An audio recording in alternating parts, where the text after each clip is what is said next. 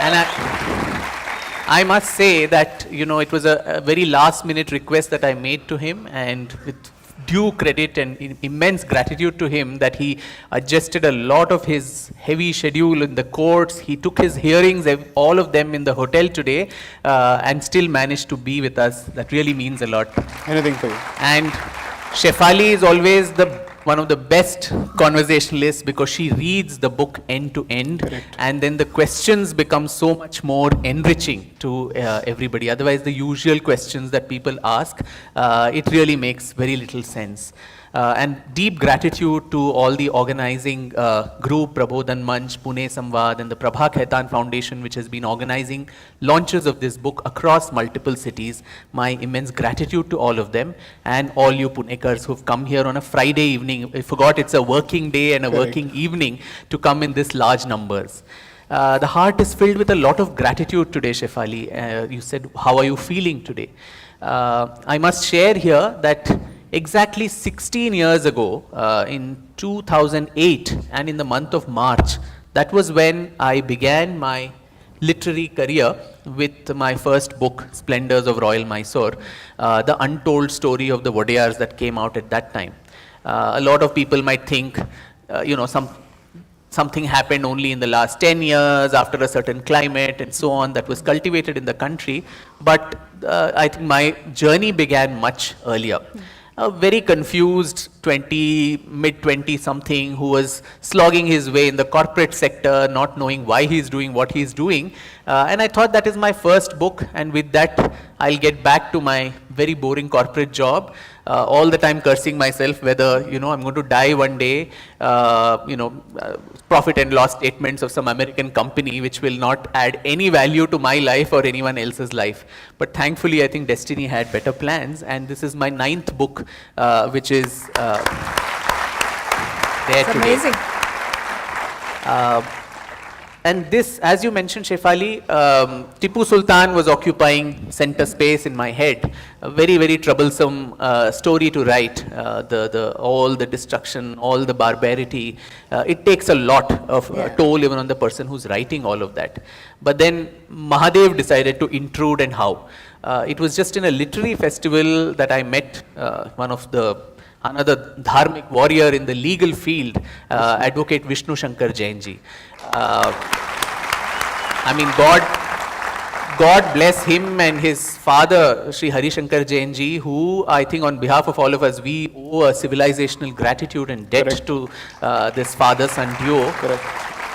In that festival, very casually we were chatting, and then he said he's passionate about the topic, as all lawyers are, and he showed me a lot of these documents, including James Princeps maps of that Ashtamandap, the Bhavya Ashtamandap temple that of Vishweshwar, which was constructed in 1580. And there was also a little bit of pathos in his eyes that while about Ayodhya people know. Sorry. I think it's actually hitting it. Yeah, you can keep it forward. Yeah. Forward. हाथ में हाथ में, ठीक है. So while people know a lot about the Ayodhya thanks to the movement, I think Gyanvapi, though it keeps coming day in and day out in the newspapers and in channels, a lot of us do not know what the history of this conflict itself is and what is it that we are fighting for. So I thought it was a historian's burden or responsibility to put this all together in public space. And Vishnuji and I discussed, I'll probably write a few articles about it, is what initially was thought. But then once I entered the alley of this Vishwanath Mandir's history, it was so captivating that I realized that articles will not do justice to this. There needed to be a full-length book about this subject. And in a whim I decided, and this is probably the only project which I finished in 6 months. It has never happened like this before, because each book takes a couple of years of research, and Sai knows it considering the tomes that he writes, about the amount of research that goes in, because you need to be so careful about what you put in there. But I think they say, when your intention is good, the universe somehow conspires. And in this case, when you're writing about Mahadev, you don't need a higher power than that to intervene. Magically, magically people started appearing from so many places, and I really cannot explain this, and I'm being very honest here. I had the very good fortune of making acquaintance with the Jagadguru Shankaracharya, Sri Sri Abhinava Shankara Bharati ji, the 72nd Peethadipati of the Kudali Sringeri Mahasamsthanam, who got to know I'm writing about this, and he got in touch with me. He said, I'd like to speak to you about this, sat over several sessions, explained to me some of the esoteric concepts about what a Shivalinga actually means. He said, it's very important, you're writing about Shiva. You also need to explain, is it just phallus worship, organ worship and so on as it is derided? Or what do the Agama Shastras say? What do the Puranas say and so on? And he also introduced me to some Sanskrit Pandits in Bangalore. Now, I was very sure that I don't want to refer to the primary sources in translation, especially done by Westerners, with their own biases and incompleteness. But for us to know Sanskrit, it will take a lifetime to master that. So, Dr. H.R. Meera and Professor Kannan in Bangalore, who sat with me over several weeks and helped me translate the Shiva Puran, the Linga Puran, the Padma Puran, the Skanda Puran, the Brahma Vaivarta Puran, the Vayu Puran, and also several Nibandhas in Sanskrit. Kritya Kalpataru by Lakshmi Dhara in the 11th century, Vachaspati Mishra's Tirtha Prakasha, Tirtha Chintamani in the 15th century, Tirtha Prakasha by Mitra Mishra in the 16th century, and Tristhali Setu by Narayan Bhatt in the 16th century. All this had valuable information about Kashi, about Vishwanath Mandir in particular, and the Sthala Mahatmyam. Our history is recorded in these Sthala Mahatmyams, which is in Sanskrit, and our ignorance of that language, I think, limits our access to that history too. So it was all of this, in addition, the Persian accounts by people like Al-Baruni, Ibn Battuta, Hasan Nizami, Firishta, Minhaj-e-Siraj, and Aurangzeb's Masare Alamgiri by Saki Mustaid Khan. These and also archival records of the British era, colonial records, court records, which are in voluminous amount of the conflict, and post-independence, legal papers, which Vishnuji very generously dumped some 2,000 pages on me. And when you are reading legal paper, Sai, sorry about that. I think anyone who's writing in English too will wonder whether you really know English, because it's so much of legalese which can easily go over your head. So it was really, I think I was seized by some strange energy in those 5-6 months, staying awake till 4-5 in the morning, and constantly writing this book. And now when I look back, honestly speaking, I sometimes wonder, did I write this? I think it was just a good instrument which made itself available to a higher macro treasure, which got this book written. That brings me to your dedication, and I think that is probably why you dedicated this book, not to any person, but I read it out, to the Lord and Protector of the universe, Sri Vishwanath, the ruler of Kashi, the Mahasmashana, Anandavana, Rudravasa, and the never abandoned Avimukta Kshetra. As you said, it was a macro pressure group that made you write this book. Yeah. Sai, I'll come to you. Sadhguru, in the prologue to his book, has said that when it comes to Kashi, the when is not as important as what and why. So my question to you is, what is it about Kashi that makes it so important to Bharat, civilizationally, and why does it matter to each one of us? I mean, we are not in Kashi, we are in Maharashtra. So why does it matter to each one person in this hall who are here today to listen about Kashi? See, as a Shaivite, all I can say is that for me it is among the holiest. Over the last few weeks, I think I've had the opportunity to discuss in detail what is the meaning of holy in the context of the Hindu civilization under Sampradaya, so to speak. So, can you hear? Yes, okay. So I certainly believe that you can't think of the history of this land without thinking of Kashi, considering that its dynasty and the city features heavily in our epics, both in Ramayana as well as in Mahabharata. You can't speak of Ramayana and Mahabharata without actually referring to Kashi. Two, see, it's like this. If tomorrow we had the same conversation in the context of Kamakhya, or the same conversation in the context of, let's say, the Bhadrakali Mandir in Warangal, or any other temple for that matter, you will realize that each of these are indispensable to our tapestry. So when you focus on a particular kshetra, obviously it assumes a certain significance, and Kashi of all the places certainly does. But one of the reasons why I am usually careful about bestowing a limited, let's say, exclusivity to certain set of shrines is because today it has a consequence in the public domain. People are waiting to limit the scope of your ask. People are waiting to say thus far and no further. So I would certainly start by saying it is certainly among the holiest, without a doubt. But as far as we are concerned, you go and ask certain sadhanas, they'll tell you, well, Chidambaram is as holy. So one of the reasons why we established these kshetras in multiple places, apart from, of course, the metaphysics of it, is that if you were to limit the scope of that energy's presence in one particular place, Bharat has always been among the most populated regions of the world, regardless of which period of history you're looking at. When the entire population chooses to go to one place, what does it do to that place? Will it have the ability to bear the resources, or does it have the resources to bear the strain of it? So there is a Kashi, then there is an Uttar Kashi, there is a Dakshin Kashi. Yeah.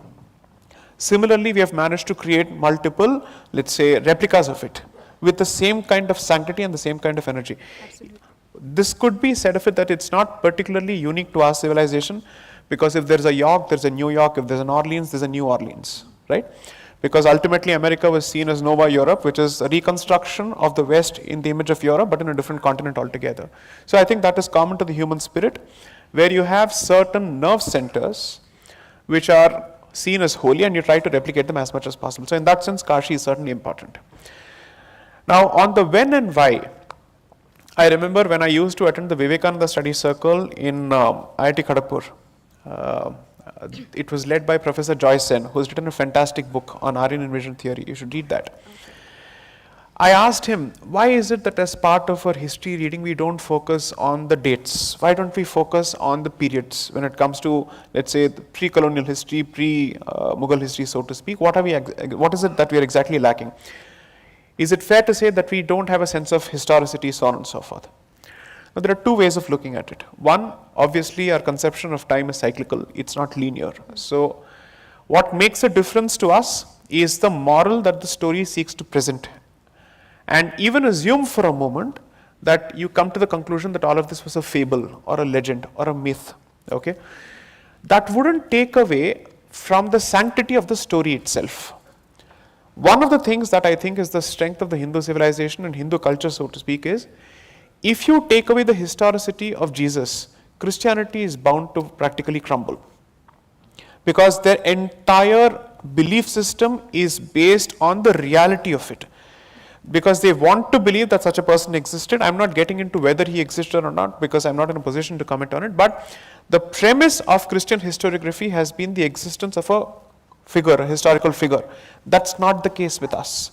Which is why when you look at the dating of Adi Shankara's life, there are several controversies, whether he was before Buddha, after Buddha, 700 years after Buddha, 2000 years after Buddha. That's very, very unclear. 100% after Buddha, that much is clear, but we are not sure of what is the actual period. Okay, but that hasn't made a difference to people's ability to relate to what he is trying to say. This is as long as you are living in what I would call the pre-modern construct, where this has not made a difference to you. So the same set of, let's say, astronomical alignments which are referred to in our books may have happened in multiple cycles of hundreds of years or 2000s of years. We never know that. Which is why when it comes to the dating of Mahabharata, some set of people have a 3000 year figure, some people have a set of 5000 year figures. We are not sure of it. But why has it become relevant now? Because the Abrahamic template requires you to prove something, because the approach of the Christian philosophy and Christian ontology is imposed and foisted on Hindus. That was absolutely clear in the manner in which we were expected to prove, tell me this is the exact place Sri Ram was born in Ayodhya, in the entire proceeding. Tell us that, how do you know this is exactly Sita Ma ki Rasoi? How do you know that this is where he was born? And all sorts of disgusting statements made by the Owaisi brothers from Bhagyanagar. Okay? So, which is why I think now we are forced to confront the reality of proving our faith on the anvils of historicity. Okay? So I'm not disagreeing with Sadhguru's position from a Hindu perspective, but since we are not living in a Hindu worldview and we are expected to meet the requirements of modernity, and especially in a court of law which does not subscribe to Hindu philosophy or a Hindu way of looking at it, we have no other option but to look at when, where, how, everything.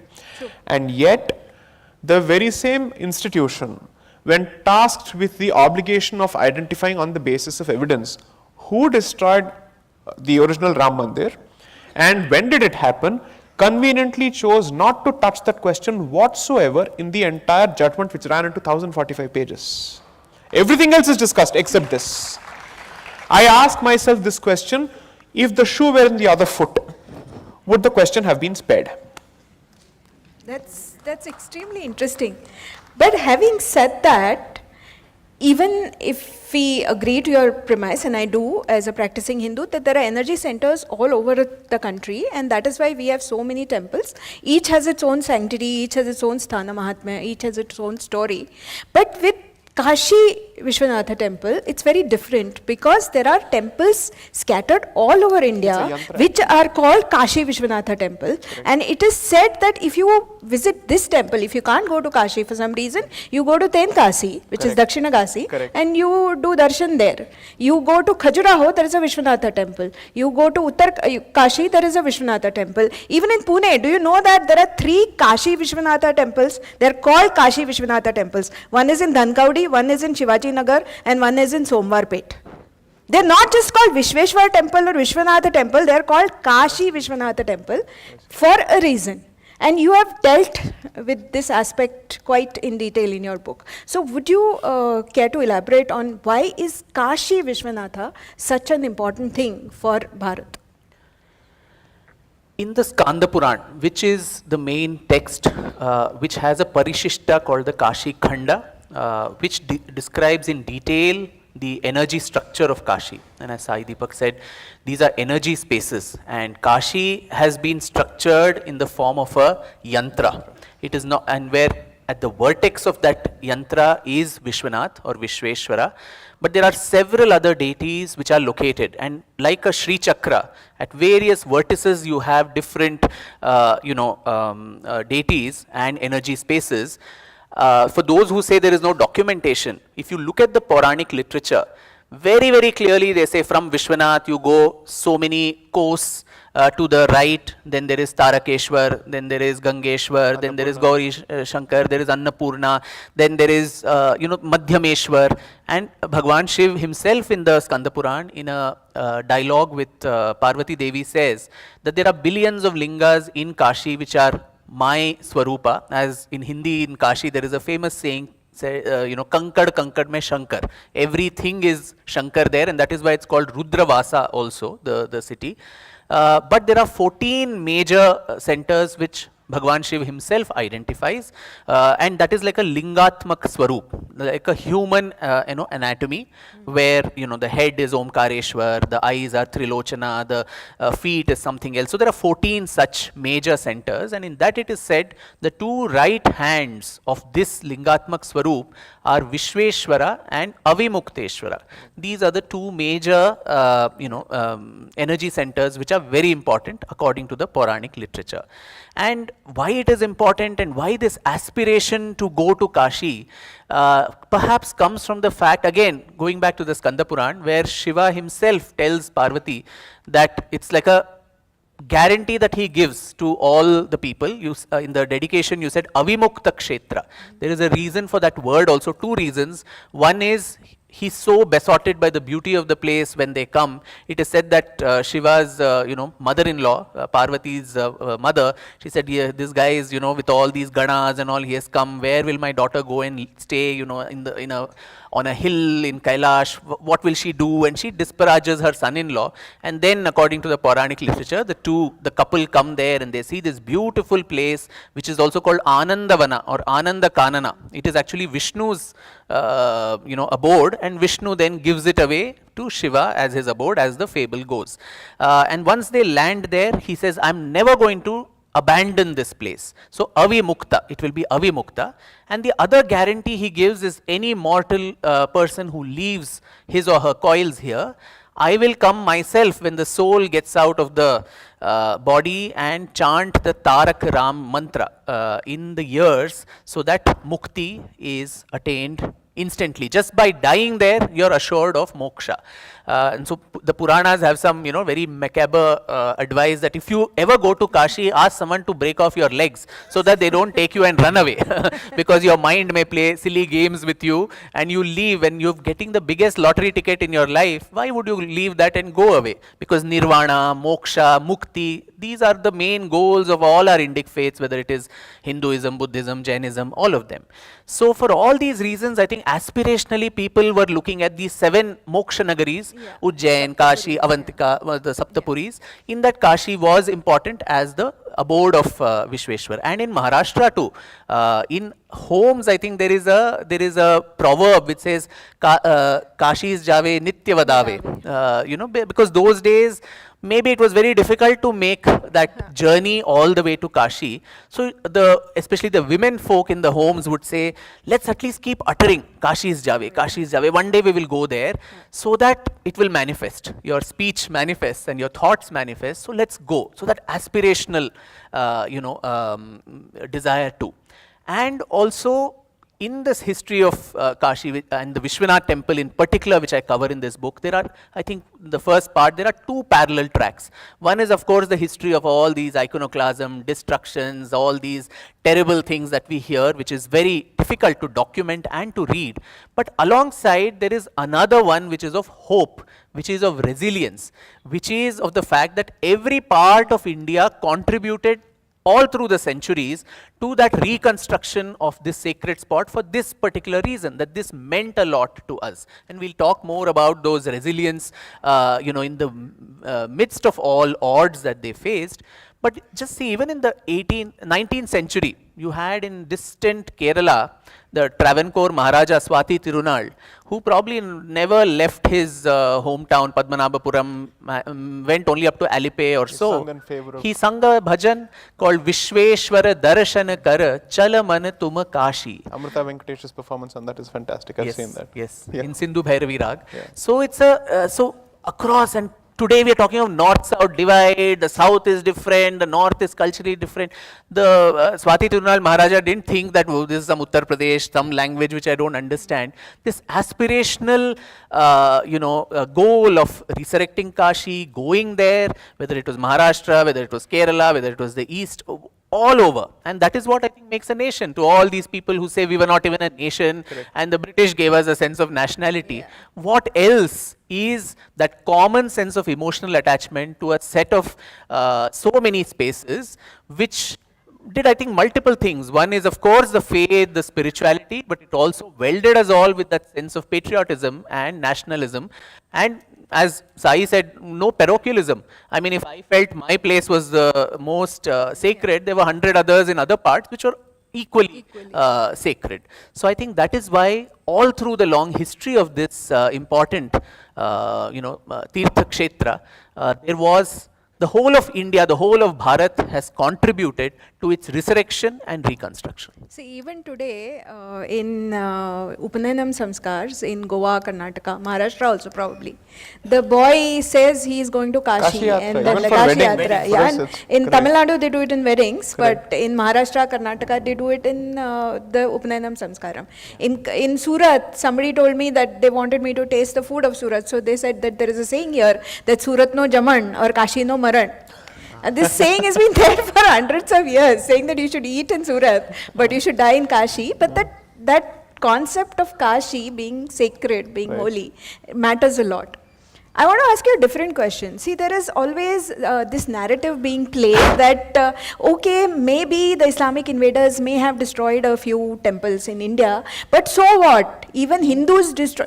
I'm saying, I'm being the devil's advocate here.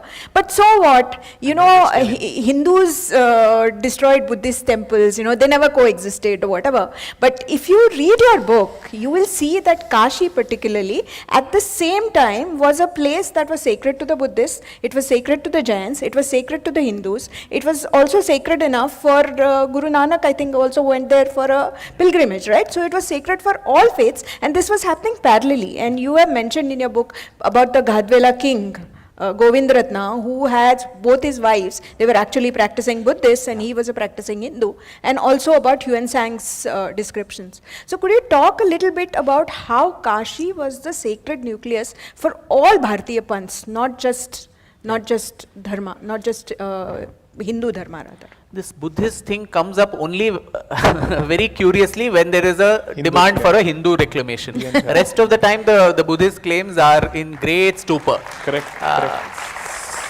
So I think a couple of months back, when this case was also gathering momentum, you had Irfan Habib come out to the Quint, I think, and say, at least for the first time, he agreed that वहाँ पे एक मंदिर तो तोड़ा गया था, पर वो शिव जी का मंदिर था या नहीं पता नहीं है. So, I mean, the Masre Alamgiri, 1669 September, says very clearly that as per the Badshah's orders, we have destroyed all the temples in Kashi, including that of Bishnath, Vishwanath ka apabhransh, Bishnath. Now, uske baad, what more you want? You are keeping that segue open so that you can say under that there was some other structure, there was all these falsehoods which come up in to just deny the Hindus their claim. But if you come to the history, as you mentioned, Shefali, right from beginning, so within the Hindu sampradayas, all the different panthas that were there, as I said, it was Vishnu, Bhagwan Vishnu's kshetra, and he gave it away to Shiva. And so even now in the Moksha Vilas Mandir in Vishwanath, the first among the Panchayatan pujas that have to be done there, it is for Lakshmi Narayan, which is done first before you go to Vishwanath.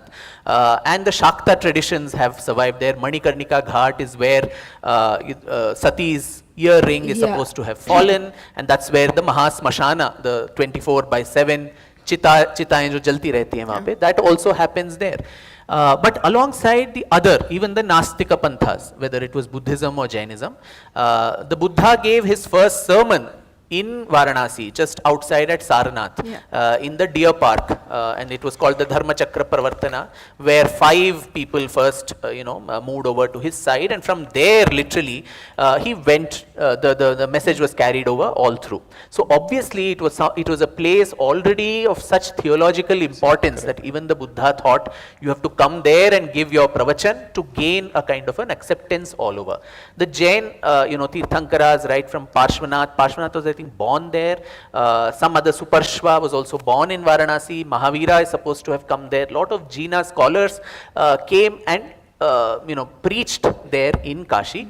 You have some of their accounts too, which also talk about a Vishwanath Mandir and how important it was. And within the Hindu, several other panthas, Shankara, Ramanuja, Madhva, and of course the Vallabhacharya. Vallabhacharya also lived in Kashi. You had the Ramanandi, you had the Kabir Panthis, you had the Veerashaivas, the Lingayats, you had the Gorak Panthi, Tantric Akhadas, Mahanirvani Akhadas, all these who made it a part. So one place which is actually a microcosm of the whole of India. Almost every region, every ruler had some construction done there, had some imprint. So literally a smaller version, a mini India, so to say. As you mentioned, Huan Sang comes in the 7th century, and in his account, which I quote in the book, he says very clearly that it's a thriving place for Buddhist traditions. There are about 30 stupas and about 300 monks who are there, and these stupas are magnificent. There is a golden statue of the Buddha. All of that is happening. This is in the periphery of the city, but inside there are the non-believers of the Buddha who worship Mahadev, who is the presiding deity. There is a huge temple with a statue which is almost 100 feet tall, and almost you feel like it's a living entity. So 7th century, there was coexistence. You spoke about the Gahadwal kings, Govinda Chandra, who was a Vaishnav by practice, but then he richly patronized Shaiva temples, obviously Avimukteshwar, Vishweshwar, all of that, and 2 of his wives were Buddhist. So obviously there was no marital discord, I'm sure, and there was no case of a divorce happening there. So you could be the husband could be a Vaishnava who then patronizes a Shaiva temple, and his wives are Buddhist. And this is 11th century, just a few decades before Qutbuddin Aibak's sword, which actually the sword of Islam, which broke the back of Buddhism, because the Buddhist tradition was a monastic order. So once you break the monastery, the faith crumbles. Whereas in our case, there were thousands of different panthas, sampradayas. How much will you kill? How much will you destroy? There is always a resurgence which will keep happening. So I think once and for all, there has to be, we must put to rest this Buddhist Hindu strife, which I think is done only and only by vested interests with no historical value. There could have been one or two some rare instances of some king, Pushyamitra Shunga and so on, which again is highly disputed. But did it have any theological sanction like it had in the case of Islamic iconoclasm? The answer is a sure no. My next question is to you, Sai. Both Meenakshi Jain's book and Vikram's book talk about the repeated attacks, repeated desecrations of Kashi and the temples of Kashi, and the indomitable spirit of the people of Kashi who kept rebuilding, who kept claiming the sacred spaces, they never let go. And this is not unique just to Kashi. You see the story repeated all over India, where there have been temples destroyed and people have reclaimed the place almost immediately after the invaders have left, and maybe they didn't have the money to build temples that were as big, but they have at least put their devas and devatas in small makeshift places and continued the worship. In my little village in Goa, which was attacked by the Portuguese for 10 years, and they destroyed the main temple there at least 3 times, which is documented. The people just scattered, they lived in the forest, but when the Portuguese forces left, they came back, they rebuilt the temple. So this rebuilding and reclaiming the sacred spaces happened all over India. My question to you is bigger than Kashi. To what do you attribute this resilience, this tenacity of Hindus to claim, reclaim, come back, and never leave their sacred spaces? Can I connect this with the previous question to Vikram? Sure. See, if you look at how the weaponization of Buddhism against the Vedic religion has been orchestrated significantly, there are 2 things that I think the British period successfully did. Every panth, whether it was Astik or Nastik, was always presented in reference to what they call the Brahminical religion, one way or the other. Okay? So therefore, they would see Buddhism, Jainism and Sikhism as egalitarian, casteless deviations and departures or even revolts against Brahminical orthodoxy. That was their way of looking at it. The problem with this entire historiography is one, Buddha is crystal clear in his belief as far as Varna Vyavastha is concerned. He himself says that the next person to lead the Sangha will be a Kshatriya, so much so, because he comes from a Kshatriya Kula. Yeah. He chastises women for having intermarried in different castes. He chides them for this. Yeah. So where is this casteless notion of Buddhism coming from is something that we have to ask ourselves. Second, as Vikram rightly says, they may reject the Veda as the primary pramana as far as their belief system is concerned, but the rest of the values of Hindu philosophy which are traceable to the Vedic religion significantly are taken over. That is actually true of most movements across the world, wherein you will see communism and, let's say, Protestant movements taking Christian values, rejecting only the establishment of the Catholic Church. That happens in every other society. Now, why is this crucial? That there is no scriptural animosity that is taught as part of the faith systems. But remember one thing, the contestation between different panths, the dharmic panth so to speak, was virulent with respect to who believes that who is right. Language actually would defeat every provision of the Indian Penal Code today in the way they refer to themselves. Okay. Abuses are hurled freely. Nobody in the family is spared. Okay? Left, right and center it goes. But the thing is, that is the extent to which the society has been tolerant, where the ideas are so dearly held that they contest very, very vociferously. Now, what has not happened, at least as a result of scriptural sanction, as he rightly says, is destruction of the other place of worship. Now, when someone says, what do you do of those instances if you continue digging and you find a Buddhist place? I would say, और थोड़ा खुदाई कर लो, आपको वहाँ पे फिर एक मंदिर दिख जाएगा.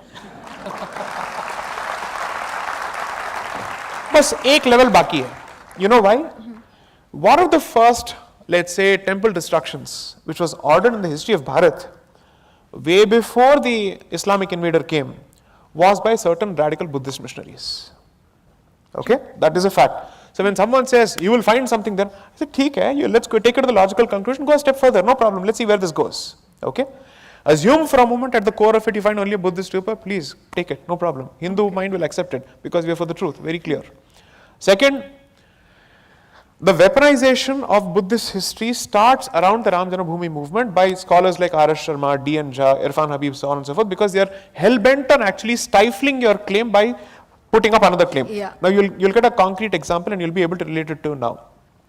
Nobody gives a damn about Hindu diversity until the Uniform Civil Code is brought about. Yeah. Until the conversation starts, they will say, Arey, there is so much of diversity within you. What will happen to the tribal in Assam? What will happen to the tribal in Nagaland, Arunachal Pradesh? Suddenly, all sorts of people who never care about them start talking for their voices because one is used to defeat the other argument. That is exactly the strategy behind the propping up of the Buddhist argument insofar as our claims are concerned. I've said this before. They came to the court with a petition specifically saying that even Sabarimala temple is a Buddhist temple when the arguments are going on in the Supreme Court. Tirupati also. Tirupati, every temple for that matter. Okay. So, I am saying, if you're so keen on presenting your case, why can't you stand on your own 2 feet? Why is it that you suddenly come as a plant only when the Hindu chooses to assert his claim? That is mighty convenient. Which is why the history and the politics of history is something that most people don't understand. Unfortunately, some of our own people don't understand because they constantly say, Arey, you dig deeper, you'll find something there, don't do it, nothing of that sort should be done, limit your claims to only 3. Sorry, no. If you have the confidence and you believe in history, then this can't be compromised. Now I'll come to your actual question to me. And this has been my repeated, let's say, exhortation to the Hindu community. Our arguments start, with respect to reclamation, start from politics, go to culture, at best go to society.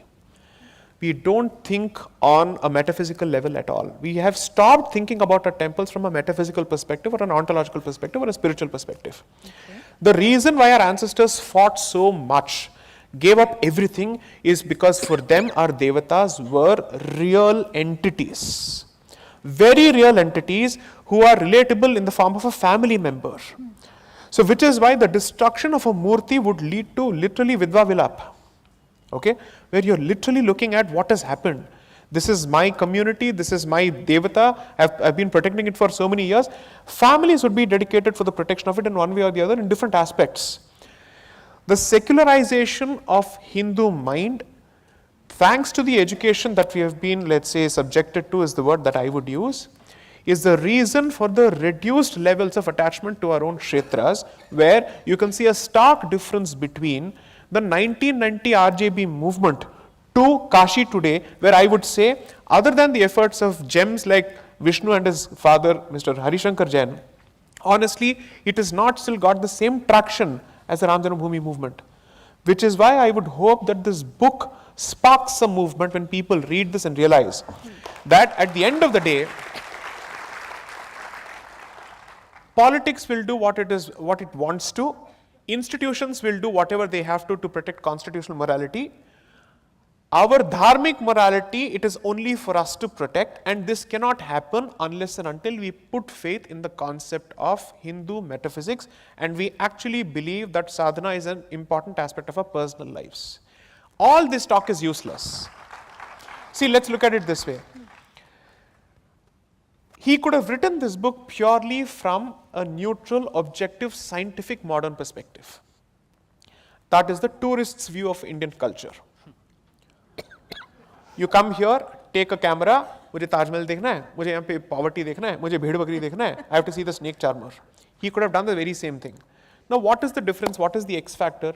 He is able to relate to the invasions and he subjected himself to the torture of it. I know exactly what he means because each time you read that literature, your blood boils and you don't know how to consume it and you have no idea what it is going to do to your own psyche.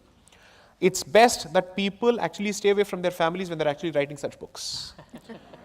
Because it takes a toll on you. You know for a fact that you're not going to be patient, you're not going to be normal at all.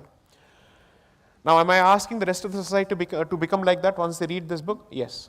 100% yes. If you do not relate to your ancestors in this fashion, you will not be able to meet the other side's commitment to its faith, person for person, man for man, woman for woman, child for child. Absolutely. And that is what you're looking at. So I am very clear about the fact that if the Hindu society's primary point of view and primary prism is going to be political, cultural, civilizational, which we constantly use euphemistically, and never religious or spiritual, then this is a half-baked exercise which will never be taken to its logical conclusion, because the invasions from the other side will continue. The only thing that kept us constantly alive and we rebuilt was the astha. That astha has to be revived under any circumstances. That's very, very well said. I just want to add to this two things. One is on the Buddhist part. The second one I'll address first. Adding to what Sai Deepak said, people may ask us, what is so important about that site? Right? We can construct it somewhere else. Hospital bana do, school bana do, this and that, which keeps coming all the time. That's only. Huh? Apna ghar de do. Yeah. But all through the the history of this temple particularly, and that's what I think the Shankaracharya, his idea was, Jagadguru's, when he also explained to me some of the Agama Shastras and the Marichi Samhita, Vishnu Samhita, and some of these other Vastu, documents, where it says the basic theological difference between a Hindu mandir, a Devasthanam, and it's called Devasthan, and a masjid. There's a fundamental difference where here it is a prana pratisthit murti. And as he said, it is a living entity. You are invoking the divine in the form of an idol and avahanam, and then making it a part of your family. And that's why there is nitya pujas, like you would wake up a person with suprabhatam and then naivedyas all through the day, lots of things to eat, shayan puja, put them to bed, all of that, and various, Shiva does not have, but Vishnu is alankara priya, so you have all kinds of alankarams, utsavams, and that's how the entire culture revolved around that living entity. And when you say we are going to a temple to have darshan, it is that deity's house that we are going as common people, just as I'd come to your house, abide by your rules and not impose mine in your house, and meet you, have an interview with you, so to say. But a mosque, on the other hand, is a place of congregation, which is a place of worship, but people congregate, and there is no pran pratisthit murti there. So even in Muslim countries, very routinely, mosques get translocated for mundane things like laying a railway line or widening a road, and that is possible. Whereas here, the belief among the Astikas... They did that to the central mosques itself there in Makkah. In Makkah, yes. So the belief here is, when you have done the avahan of the deity in that place, unless you do a vidhivat visarjan of the deity, that energy is still imbued in that place till eternity. And that's why once a Hindu temple, always a Hindu temple. Correct. Now, in Maharashtra, Ganesh Puja is done on the Anant Chaturdashi. You do a vidhivat visarjan of Ganeshji, and then you immerse the idol. Same with Durga Puja in Bengal. But just if you cut off the head of that deity or remove it, that place is still imbued with the divinity, with the energy, is what we believe in.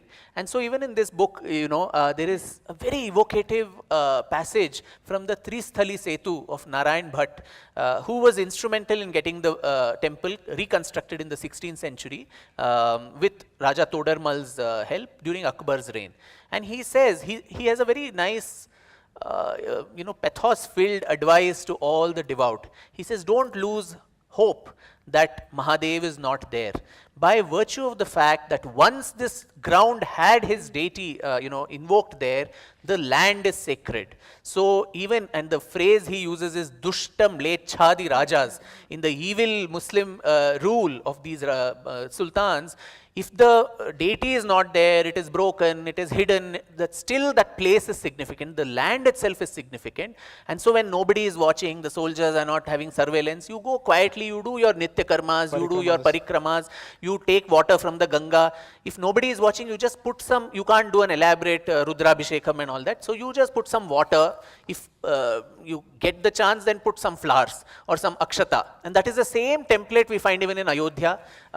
If there was at Ram Vedi, where people would go and cry from the Sarayu, they would take water, go and put it there and say, this is the Ram Janmasthan. And so we believe that intergenerational memory and faith that gets transmitted.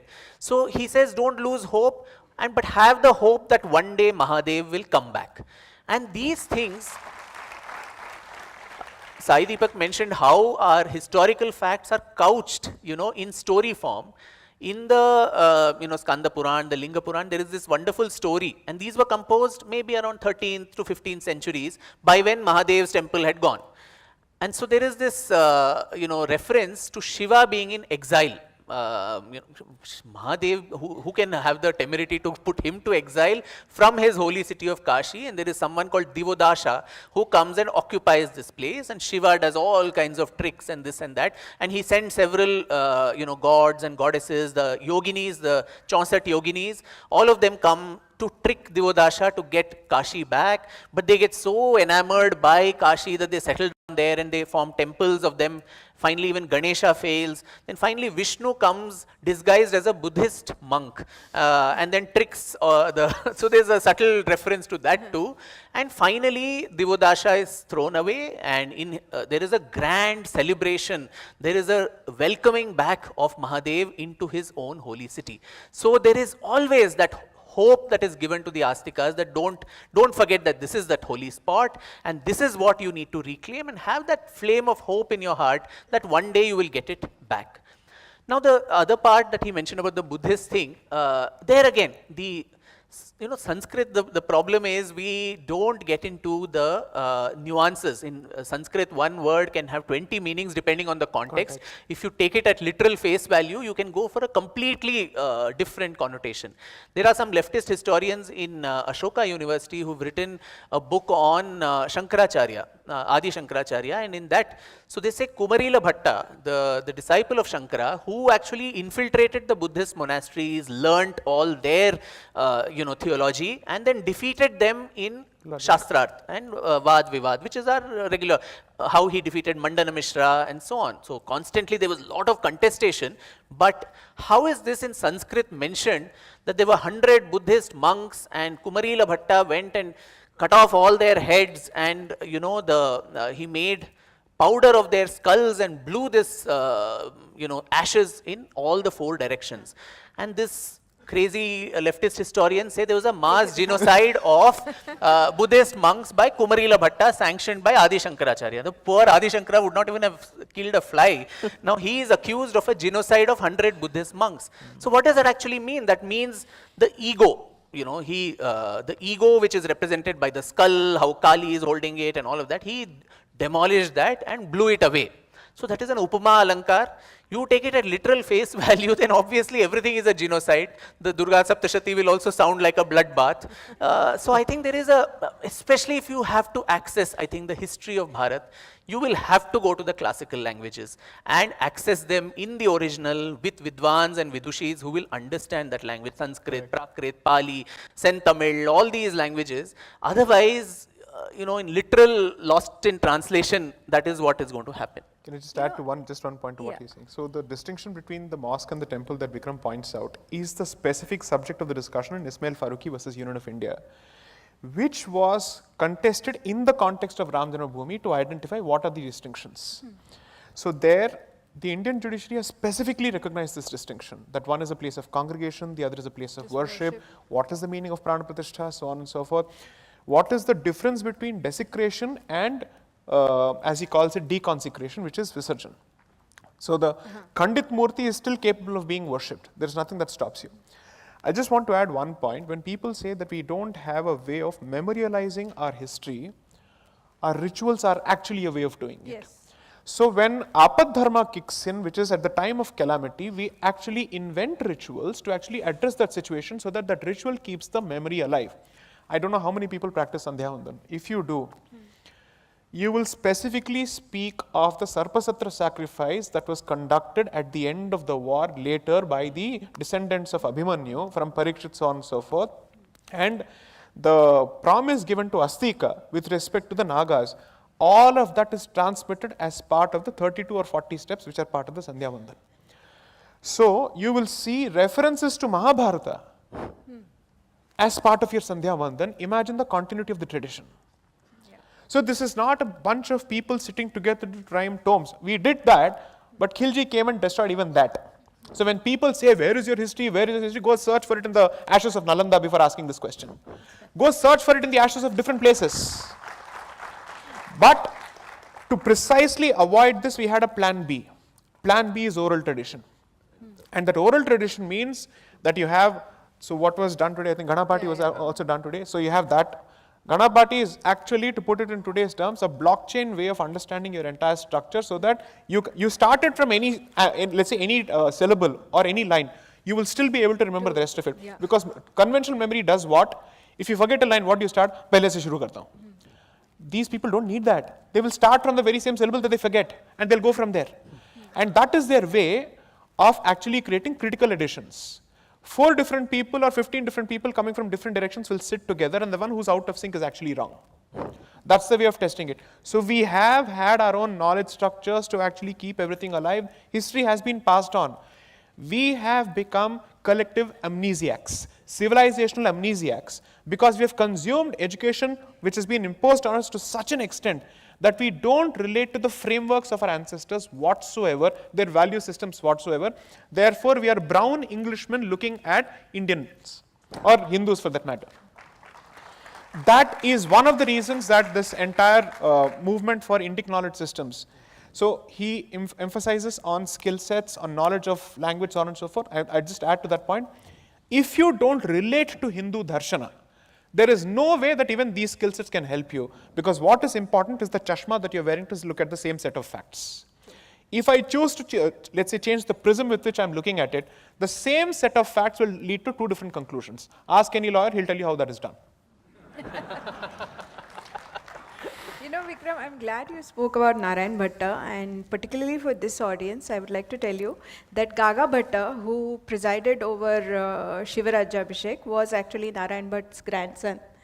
I want you to talk a little bit about the contribution of Maharashtrians, both to the cultural resurgence of Kashi at a time when Kashi was being not having such a great time, basically, and also about the post Chhatrapati Shivaji Maharaj period, when every Maratha ruler tried their best to basically liberate Kashi and to build the temple there, which finally Ahilyabai Holkar did. Yes. Just a few lines before that about the other, like in my opening remarks, I also mentioned how the whole of India contributed to its reconstruction. 1194, the most brutal acts on Kashi by Kutubuddin Aibak, 1,000 temples destroyed. Hasan Nizami mentions this and says all the wealth was laden on 18 camels and 300 elephants and taken away from there and so on. 1194. But by 1212, hardly less than 2 decades, from Bengal, you had a ruler there, the Sena ruler Vishwarupa, who comes there. It's the height of the Delhi Sultanate. So obviously he could not build back a big temple again. So he erects a stamba there, right in the heart of Kashi, and says this city belongs to Vishweshwar. I'm stamping my authority right now, that this is ours.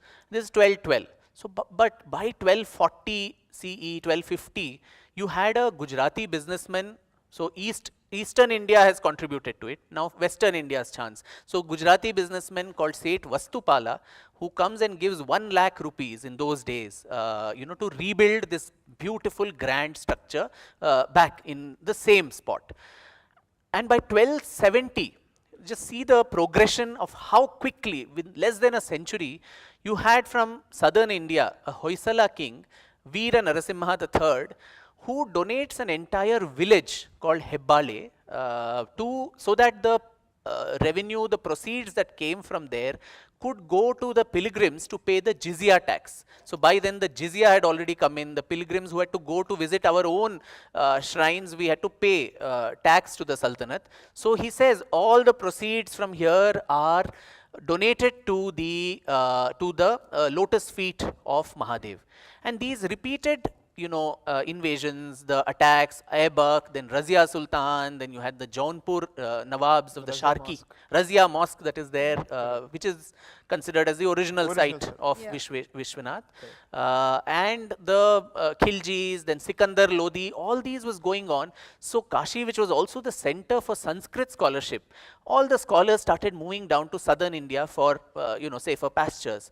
But at that time, in the midst of so many troubles that Kashi had, 4 Maharashtrian Brahmin families, the Shesha, Mauni, Bhatta and Dharmadikari, they migrated from this area and went to Kashi, circumventing all these challenges and staying there to create a resurrection of the knowledge systems and Sanskrit scholarship, and also create a consciousness for Kashi and its importance. So the Kashi Khanda, the Kashi Rahasya as a Parishishta to the Brahma Vaivarta Puran, then the Vayu Puran had this Ananda Kanana Mahatmyam as a Parishishta or appendix. All this knowledge renaissance that, after the Crusades you had the renaissance, here our renaissance was in this way. And the best part was that was translated to multiple languages. There was a Kavi, Srinatha Kavi. Translated to Tamil, my language? Our language rather. Yes. Unfortunately, I don't have a reference, but Tamil was, I think, the court language thanks to the Vijayanagar Empire. Srinatha translates Kashi Khanda to Telugu. You had Tenali Rama's son-in-law, the Rama Kavi, who again translates the Vayu Puran Parishishta to Telugu. The Guru Charitra in Maharashtra in the 15th century, that has an entire chapter on Kashi Mahatmya. What is that Panchakroshi Yatra that I mentioned? All these different parts of the yantra, what all you have to go and pay obeisance. The Guru Charitra, had that reference. And so not only in the political sphere, in the cultural, in the spiritual, in the religious sphere also, the need to reclaim it, not only physically but also intellectually, that was constantly there. And naturally, when Kashi Vishwanath Mandir was destroyed, Chhatrapati Shivaji Maharaj was alive, and it is said that he and his mother, Mata Jijabai, were so enraged, and she said, if you are man enough, the duty of your life is to reclaim Kashi Vishwanath temple. And it is said on his deathbed, Jyotirlingas, he wanted all all the Jyotirlingas, resurrected on his deathbed. When he was asked, you make your after journey happily, he's supposed to have said, how can I be happy when Kashi Vishwanath is still in shackles? And so that Jai. So that stream, I think, what the cultural renaissance had put in, the political masters obviously were also, inspired by that. And so the entire Maratha Samrajya was prefaced on this, that we need these sacred spaces back. And Dr. Uday Kulkarni is here, and in his books too on the Peshwas, he mentions clearly how, whether it was Bajirao Peshwa, Nana Sahib Peshwa, all of them kept making these demands, saying, negotiating first with the Mughals, then the Awadh Nawabs and the East India Company, whether it was Warren Hastings, even Cornwallis, in the third Anglo-Mysore war, when Nana Fadnavis is having a alliance with the British against Tipu Sultan. One of the clauses he says is, allow us to get Kashi, Prayag, Gaya, all these important spaces back. Of course, it is rejected. But the trial was constantly there. Many people on social media, if the Marathas were so great, why did they not take these things back? Of course, it didn't belong to them. So only through negotiations, there couldn't be a war that could be waged to get these back. They kept on trying. And Madhavrao Peshwa, who died, I think, at the age of 26, 27, in his will, there are 3 points related to Kashi. And the first part is he pledges all his descendants that this is your sacred duty to reclaim this, temple back. And Malharrao Holkar actually takes an entire army to Kashi to destroy the Gyanvapi masjid. And then the Brahmins there, they prevail upon him and say, you will destroy and go away, but we will be, led to the wolves by these sultans. So don't do this. And so he, junks the idea. And Dr. Kulkarni mentioned to me that there was another attempt, a very unknown attempt, which in 1755, though 1669 Aurangzeb destroys this temple, but even in his own lifetime, a smaller shrine had already come up. And you have references of the Rajput kings, the Maharaja of Rewa, the Udaipur Rana, the Jaipur Maharaja, all of these people coming there in stealth, going and worshipping a small shrine. Now that shrine too was destroyed in 1755 by a local Qazi who wanted to show I'm more committed to the faith than the Badshah. And so he destroys it, and it is said the Peshwa's guru, Narayan Dikshit Patankar, he sits on a fast unto death saying this is sacrilege that has happened, and the Peshwa himself has to prevail upon him to give up the fast. All the shopkeepers had abandoned, all the Hindu shopkeepers went in protest in 1755. So naturally, I think Ahilyabai Holkar, Devi Ahilyabai Holkar was sagacious. She didn't take the confrontationist route. She purchased it. She purchased that land, and then there's so many stories that the original Jyotirling was not destroyed by Aurangzeb, that the Brahmin priests got to know it was removed and kept in the Gyanavapi well, and then this was brought back, and so many stories. There is no documented evidence of that, but she just constructed a shikhara over it and built the current structure that you see there. The temple structure is built by her, and it was gold plated by Maharaja Ranjit Singh in 1836. The same story of how the Sikhs, who today Hindus and Sikhs are different, Khalistan and all of that. Guru Gobind Singh sends people to actually learn the Vedas from the Kashi. Yes, and Guru Nanak goes to Ayodhya, talks about Ram, about Durga, about Devi, and all of that. And Ranjit Singh, when he defeats Ahmad Shah Durrani around 1798, 99, he clearly makes a claim to him after the defeat that the Somnath Mandir door, that should be returned to us. Now just think about this. It was destroyed in 1025 by Mahmud Ghazni. This is 1798 or so. 800 years have passed. He's a young man in his 20s, but that memory is still there, that was our sacred spot. Even the Dwar is so important that we want that Dwar back. In his will, he wills away the Kohinoor to Jagannath Mandir after having purchased it. So actually, as opposed to, let's say, state claimants, the entity that has the claim as of now is the Jagannath Mandir, because the last true owner willed it off in his will. Yeah. So this has been the constant story of resilience, of reclamation, and this never say die. So I think that is what should instill in us that sense of hope too, not just the Vidhva Vilap about, it's actually been destroyed, because our ancestors never gave up, and so we have no right to give up, not on 1, 2, 3, on any number which we can actually produce the evidence for. Let's move a little bit, let's go fast forward to 1809, where one of the worst riots in Kashi happened, and where the Lat of Bhairav was destroyed, and where the Hindus of the city, they all got together regardless of whatever their denominational differences or caste differences, and fought as one.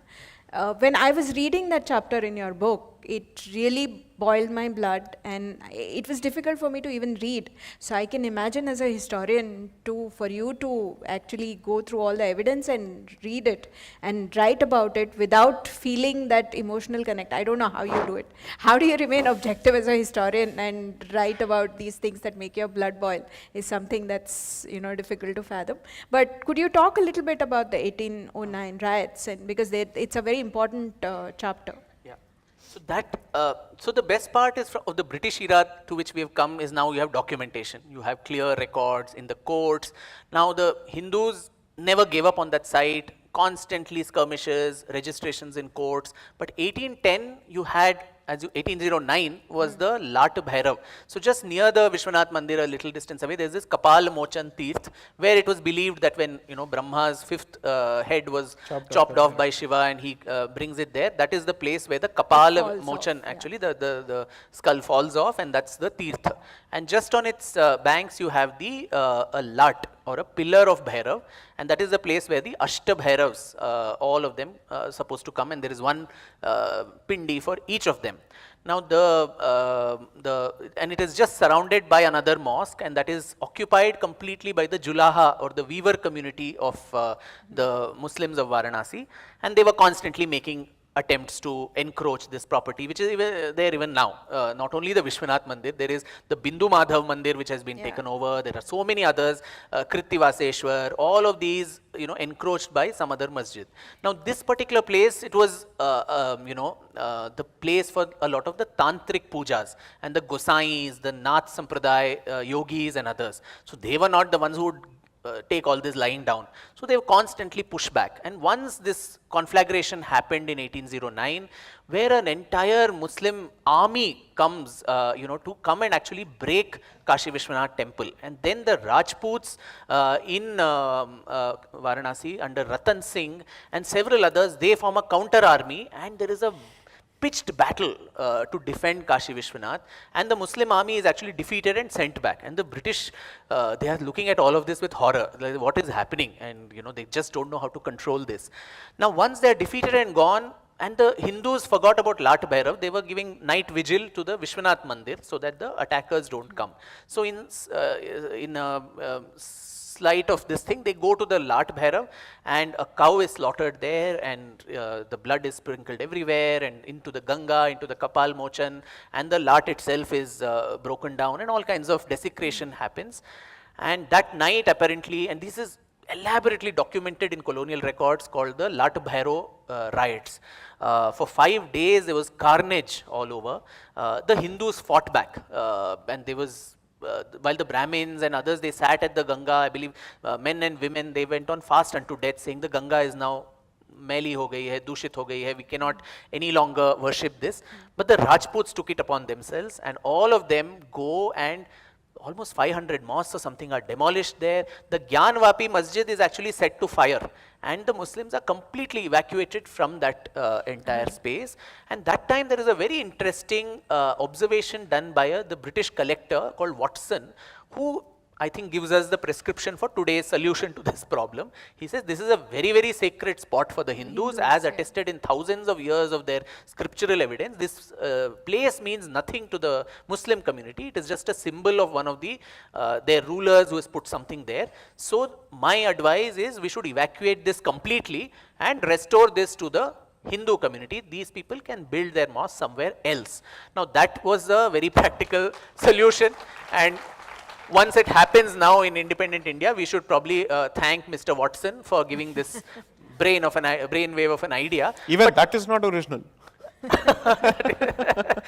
But then there was a bird, one Mr. Bird, who comes there and then has his droppings, which says no, let's not do this. Let's sarvadharm samabhav, let them live together and all that. And so that space is given to, so only the mosque is of the Muslim community. This is of the Hindu community, and the compound around that is going to be for the government property. That's this thing. But both these people, right from 1857, once Awadh comes into English control after the uprising, the Awadh courts have documentations of every case, and they were fighting for the silliest of reasons.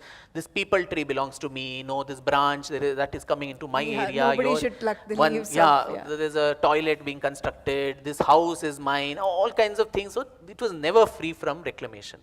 Now the flashpoint comes in 1936, where a very important case, Deen Muhammad versus the state, is filed, where Deen Muhammad was a common Muslim who also takes the Anjuman Intizamiya Masjid, which controls the mosque, also to court, and says, now the usual this thing, you don't limit your namaz only within the mosque, you start spreading outside also, and take the entire compound.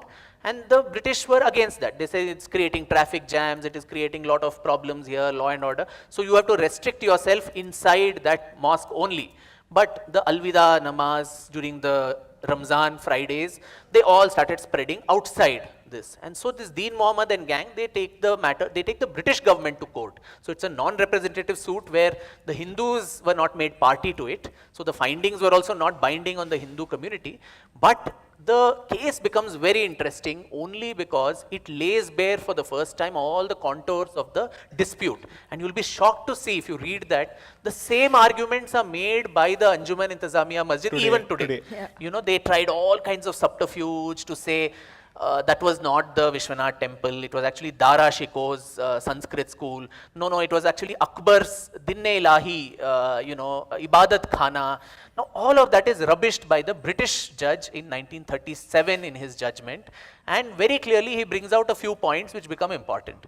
One is he notes that this is not a Waqf property, that there is no Waqif or donor. Aurangzeb may have ordered the destruction of the temple, but there is no Badshahi Farman to show in its place you build a masjid, or I will donate this land to, he is the owner of the entire land as a king, but he should donate it. That's how the Waqf thing works. So the Mutawalli would not have records for it. Mutawalli has no records. So in the British times too, they could not produce any records. So the British judge says, this is not a Waqf property, the entire area. And interestingly, I think they didn't take it too far, but then they also invoked Islamic law, and they said in the Sharia, if you encroach someone's property and do your prayers and namaz on it, it is haram, it is not Kabul. So by Islamic law also, this place is not actually a mosque, but then for the larger interest, let's give it to them. But you restrict yourself only to that mosque area. Inside, and Deen Mohammed takes this to the Allahabad High Court in 1942, and the Allahabad High Court also dismisses this with cost to the plaintiffs. And so till then, when you talk about religious character, places of worship and all of that, pre-independence, the religious character of this spot at least was perpetually in dispute. It was considered not to be a mosque, and there were lots of shadows about what exactly was the nature of this property. It's interesting that the British court took just 1 year to give its nikal, but Mr. Rastogi's suit, which was filed on behalf of the deity in, I think, 1991, that took probably we are glad that we have Sai Deepak on the panel. If both of us are hauled, and some of them for contempt of court, we know whom to fall back on to represent us. See, the interesting point is British courts were not limited by secularism. So, we don't have the time to go in detail for this Deen Mohammad's suite, but in his book he has recorded all the testimonies in detail. So, I think you should buy the book and read that part. And that shows, even though it was, as he says, it was a non-representational lawsuit, there were a lot of Hindus who gave testimony. There were historians also who gave testimony. And they have proved without doubt that Hindus never abandoned the place. Unfortunately, we don't have the time to go in the detail. So now again we fast forward to post-independence India, and the places, the big bugaboo in the room, the Places of Worship Act, which is what is quoted by everybody on the other side. Every time they start to whine about something, why is the court ordering ASI survey of this temple, Places of Worship Act, blah, blah, blah. Any ASI survey that the court orders, this is the standard argument. What about the Places of Worship Act? So, first of all, I would like you to tell the audience a little bit about the Places of Worship Act. And I know he has said it's a draconian act. I agree it's a draconian act. You agree it's a draconian act. But it also has some exceptions. So I would like to tell you to tell the audience a little bit about it.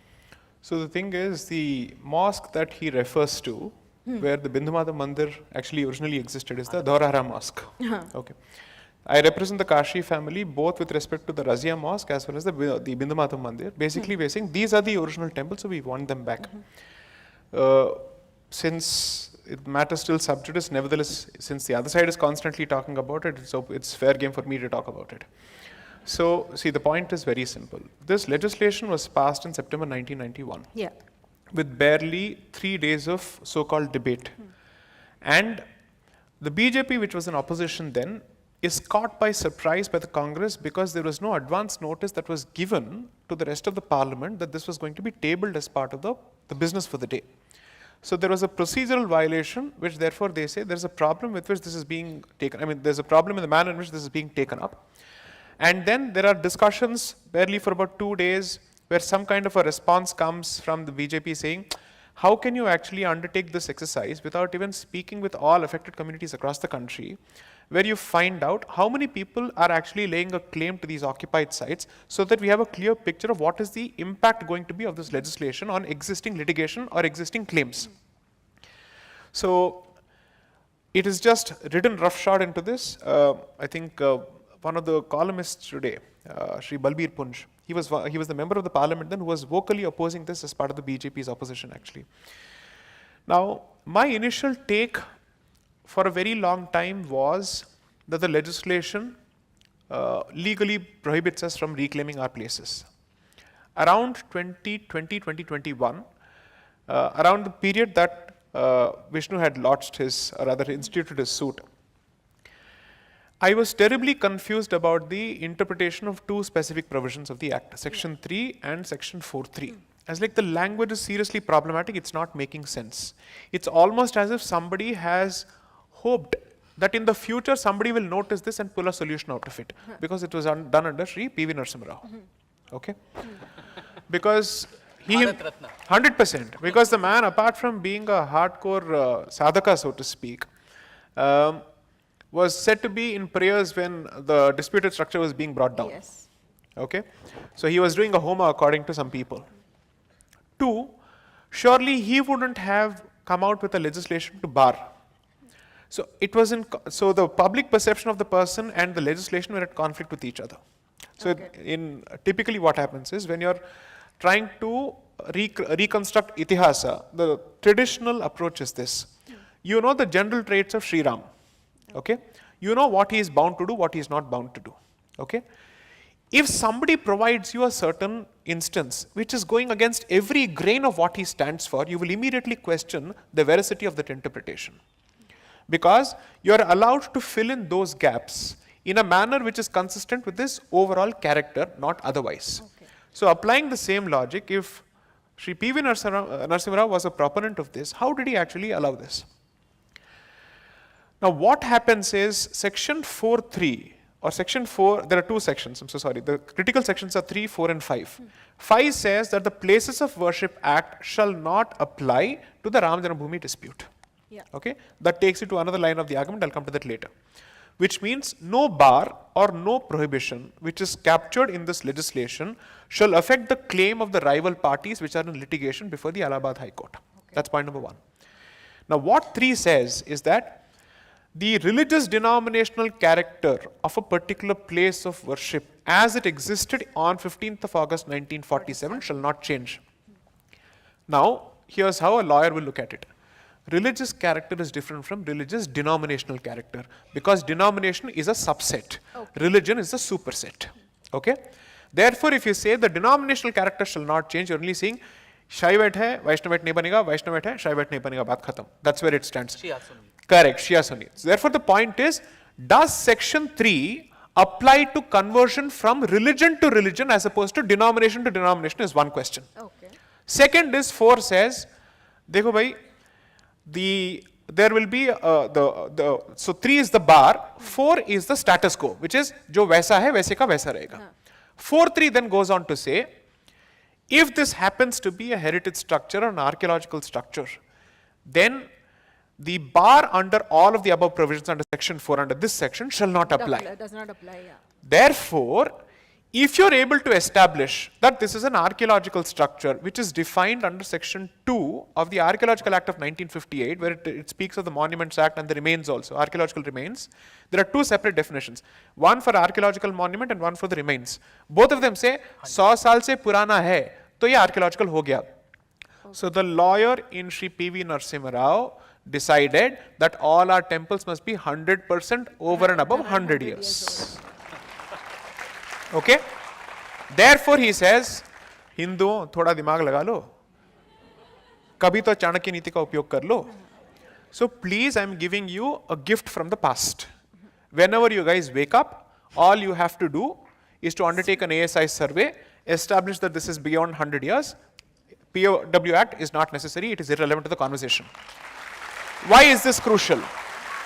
Why is this crucial? I am proceeding on the basis, tum act ko rakho ya uthao, mujhe koi fark nahi padta hai. I have to be ready for plan B. Which is to say, the presence of the act, if it is held constitutional, shall not come in the way of my reclamation thanks to the express provisions of the act itself. Okay. That's point number 1. 2, if you choose to interpret it in a way that defeats my claim, that is when I have to say, now I will challenge this on grounds of unconstitutionality. Tab tak main kyun kahun that this stands in my way? रोड़ा है ही नहीं, आप क्यों बोले कि रोड़ा है, रोड़ा है? Why are you going on saying this? You don't have to say this. I only have to say, this is the express language. We will apply all principles of constitutional morality. Okay? Tell me how does this come in my way in terms of reclamation under the legislation. That's it. Okay? The moment you do this, you'll realize that the reference to the Archaeological Act is not actually a coincidence. There is a Venice Charter of 1964 that deals with how archaeological places are supposed to be maintained. You have government regulations. There's a national policy that was released, I think in 2015 or 2021, where we have come out with detailed policies of that. So, what is the meaning of a heritage site? What is the meaning of an archaeological structure is understood in law. It does not need to be interpreted again. Therefore, all we have to say is that ASI, and therefore there is no bar under the law. Which is why the other side constantly says, you first decide this question under the Places of Worship Act before you actually proceed with the ASI survey, because ASI survey ho gaya, to doodh ka doodh aur pani ka pani ho jayega. But they sought to defeat this excavation even in Allahabad High Court, by the way. There is a detailed judgment that the Allahabad High Court had to pronounce when there was such an opposition to the excavation. Because they said, mandir tha hi nahi. Then they said, agar hota bhi to humne nahi giraya. So they said, okay, why do we get into this nonsense? Let's just dig and find out. Then there was resistance, because then archaeological evidence would establish that there are pillars with Vimanas, with the Amalakas, with the Garuda and everything that relates to Vishnu temple motif. Sorry, you're asking something. Yeah. So I was saying, even in 2022, when AIM went to Supreme Court, I think Justice Chandrachud said that ASI survey, I mean, there is no problem in trying to find out what existed before, and so ASI survey is okay. See, the simple principle that you follow in these issues is, the first forum which is supposed to take a decision on such an important issue, which is relevant to a suit proceeding, is the court of first instance, namely the district court. Because here writ petition nahi hai, it is a property dispute. So therefore, it is for the Kashi court to actually decide. From there, you have a problem. Where will you go? The appellate court. From there, you have a problem. You go to the Supreme Court. You're actually rushing to the Supreme Court to say, take away the power of the local court to decide what is first meant to do. Remember, under the law, the Supreme Court may be the Supreme Court. However, in matters where the district court has primary authority, even the Supreme Court cannot interfere until a decision is rendered by the district court. Okay. Therefore, according to me, for once, constitutional morality has worked in our favor. Okay. So now, I think what he said is so pertinent, because fabricated history can keep going on, and its death knell is archaeology. Until archaeology comes into the picture. Correct. And that After is why there is a mic drop moment. so now we come to the fabricated history. I must mention, I've mentioned it in several forums, but it is important. It's a very rochak manohar kahani, which, my grouse about my... Shefali ji, this program will not go according to your timelines. After this, I will take one more shot. Go on. No, I have no problem. I hope they don't have a problem. This is Pune, they will stay. So, talking of fabricated history, just one instance, and that I think sets the template as to how history was fabricated, with specific reference to Kashi Vishwanath Mandir. Now there is, and this is quoted even now, interestingly on social media, in television channels, as to why Aurangzeb destroyed. First of all, you deny that he didn't destroy, but then there is another thing. So this was spun in a nice fairy tale by this gentleman called Dr. Bishambar Nath Pandey, who was a Congress member, a great scholar of his times. He was also the governor of Odisha and several other, one Sahitya Academy, Padma Puraskar, all of that. And he writes in a paper called Islamic Culture in India or something, where he details a story. And it's a fascinating fairy tale. So it says, Aurangzeb was going on an entourage to Bengal. As I'm telling that, I'll also bust some of the logical gaps in that story. So first of all, if you see all the documented biographies of Aurangzeb, he never went to Bengal himself. He only sent his commanders on expeditions. But in this story, he goes on this expedition. Now, along with him, there are all the Hindu Rajput Rajas and Ranis also going along with him. Now, this entourage then goes via Varanasi to reach Bengal. From Agra it is going. And they stop there, and all the Hindu Rajas go to him and say, oh, Jahanpana, this is such a, most sacred spot for us. Can we stay back tonight and worship Vishwanath? And being the generous, golden-hearted, secular emperor that Alamgir was, he said, okay, chalo, hum kooch kar lete hain yahan pe, ruk jate hain raat ke liye. and they all stay back. The second loophole, the same Rajas who put the petition to go and worship, they don't go themselves, they send their wives. And the third loophole is all the Ranis go unarmed, without any security guards, Rajput, Ranis. So all these Ranis go, they take a dip in the Ganga, then go there and then worship Vishwanath and come back, and a head count is conducted. One Rani is missing. Now everybody search for her, she is not to be found. The Rani of Kutch. God knows who this Rani actually is in reality, because there's no date to this whole story, by the way. It happened sometime in the history of mankind. So, and then when Aurangzeb's, people go, soldiers go to look, it's a typical 1950 Bollywood Hindi cinema scene, there is a sliding door of Kashi Vishwanath temple. There's a Ganpati Murti, the soldiers shift it and the door just slides apparently. And then there's a flight of stairs to the Tehkhana, which is right below the Garbhagriha of Vishwanath. And there they find this unfortunate Rani wailing and howling, and she has no clothes and all her ornaments are taken away. Is there a Brahmin villain in this? Yeah, I'm coming there.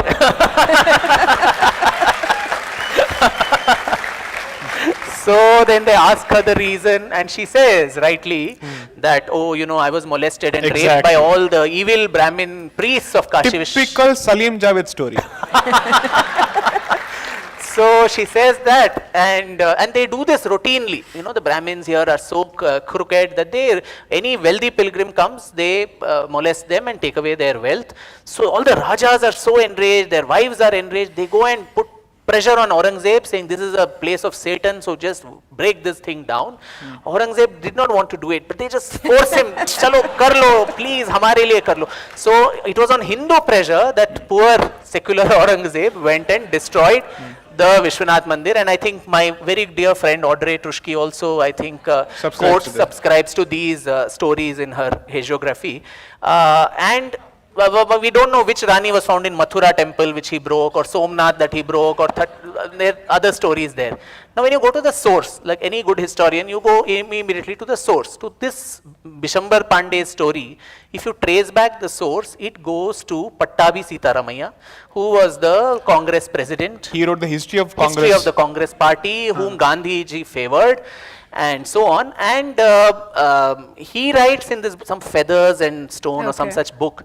Just see the subterfuge, underscoring that. He says, I was told this by a friend that there is a certain mullah in Lucknow who has a very rare manuscript in his possession which talks about this story. Now my friend told that this mullah will bring me that manuscript, but before that my friend died, and so I could not get that manuscript from that mullah. But this is the larger, consensus about why Kashi Vishwanath Mandir was destroyed. So, unnamed mullah, unknown manuscript, unknown friend are all sources. But the same people will say Masire Alamgiri, which was written during Aurangzeb's time, 2 years after his death, and it was commissioned to Saqib Mustaid Khan by Aurangzeb, giving all his court papers saying, you chronicle my rule. That is, suspect.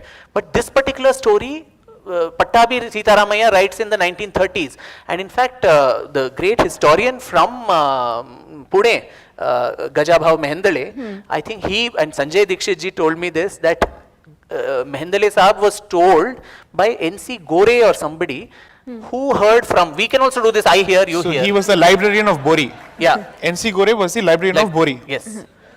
Yeah. So he was told himself, Goreji was told by Sitaramaiah that I actually a Kapol Kalpit kahani tha, which I created to create Hindu-Muslim syncretism. Correct. So you just see the kind of venomous manner in which history has been used and historians have been employed, and once all you have to do is plant one falsehood, then there is circular referencing mafia which comes into play. I quote him, then he quotes you, then you quote her, and then we all peer review journals each other, and then it becomes the fact it's of a citation one book, lie can travel so many times Before that the truth is the time to tie shoelace. Shoelace, yes.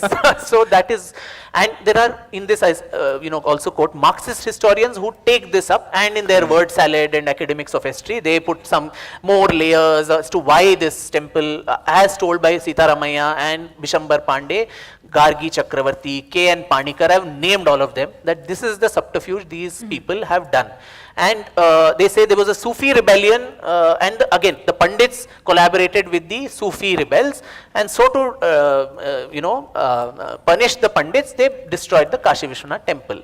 That is the Marxist interpretation of that. Now there too, there were a couple of Sufi rebels who went and hid in a mosque. There Aurangzeb went and pulled that fellow out and got him killed. But he didn't go and destroy the mosque. But in this case, it's not as if the temple belonged to the Pandits. Even if they collaborated and rebelled, it was not their property that he could have caught them and hanged them, which he would have done very happily. There was no reason for him to destroy. So everywhere, cover fire for the basic tenet of that theology, which talks for destruction of another viewpoint, and couch it in so much. And Mr. Gore's testimony will be clear that it was done clearly on the advice of so and so to create this Ganga Jamuni Tehzeeb animal which we have never heard of much. Thing is, in law, this would be not just 1 degree of hearsay, multiple degrees of hearsay. But here's the thing, and this is crucial. This is not the first time this trope is being used in the context of the destruction of a temple. When they speak of destruction of Somnath by Ghazni, they say he was invited by the people there to actually relieve them of the torture of the Brahmins. This is a professional historian saying about the repeated ransacking of Somnath. There is a new version to that now, Which is? A much improvised version. I think social media historians with eyeshadows and all of that. So apparently pre-Arabic, pre-Islamic Arabia, there were lots of deities. So there was this thing called Sumanat or something there. I see. So that has become Somnath here. So Muhammad Ghazni thought that maybe that Sumanat has traveled all the way to Somnath, and therefore to destroy the Sumanat of Arabia, he came and destroyed. But I don't know, he also destroyed Mathura. So what Krishna was which pre-Arabic name? It's Mat and Ahura from Ahura Mazda, understand? So, see, here's the point. Just think of this for a moment. Remember this, and there's a reason I dropped the Brahmin line. And I'm in Pune, so I might as well say it. The point is this.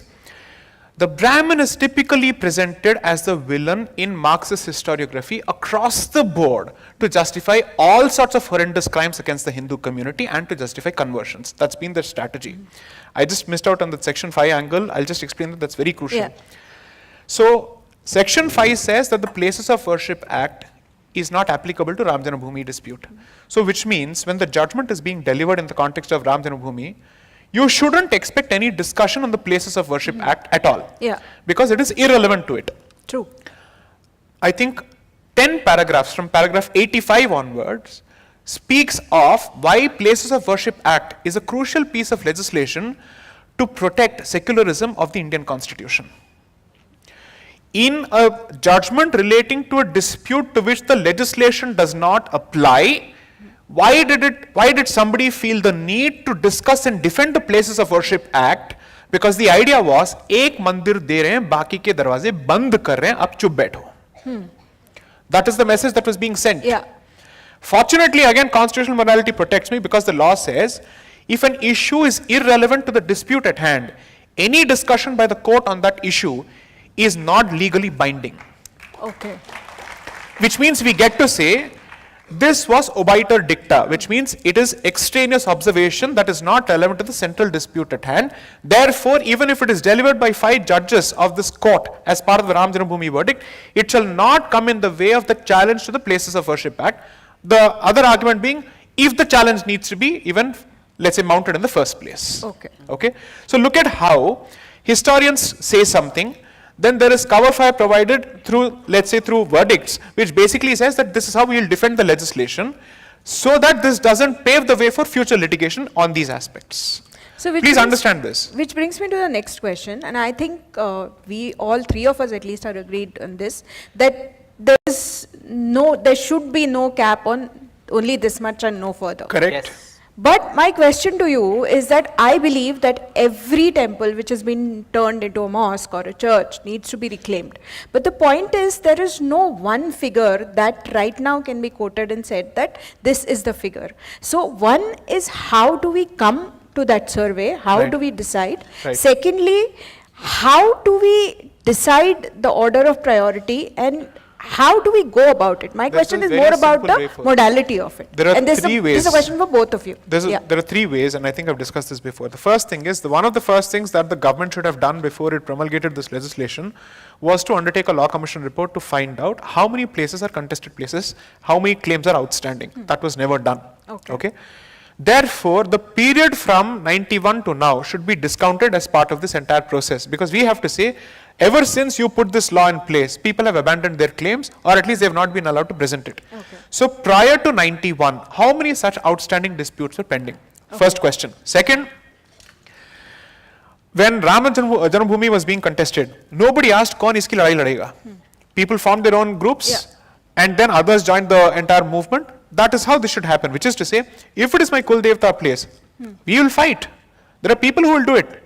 So those communities which have a direct relationship with that particular temple will take it up, just like you have akhadas which did it from Ram Janmabhoomi, you will have others do this. That's two. Three, the simpler way forward is the constitution of a truth and repatriation tribunal, wherein you basically say, the government says, enough is enough where this matter is unnecessarily contested in different courts of law, God knows when this will resolve. You want to strike a balance between the right of reclamation and preservation of public order, correct? That's your simple funda? Okay, great. Then constitute a committee which will basically look at the evidence presented with support of the ASI, institutional support of the ASI, and the only option from there has to be to the Supreme Court. It's a two-step process. That's it. Finish this in a step-by-step fashion, create a separate team altogether. Now people might say, "Arey, yahan pe itne sare cases already pade hain, then why should we actually constitute another thing?" Look, if you feel the need to protect a corrupt politician from, let's say, from conviction, you are capable of constituting fast-track courts, which never fast-track themselves. Okay? So I am saying this is something that has been festering for generations together. You have tried to put this to bed, it has not worked. You might as well give it an institutional resolution once and for all. Two, how does this, let's say, how does the losing party benefit from this? Well, the Supreme Court has showed the way, Mr. Watson has shown the way. The other thing is, I am also making the point, Arey bhai, how could the concept of a waqf come into existence unless and until it was based on conquered land?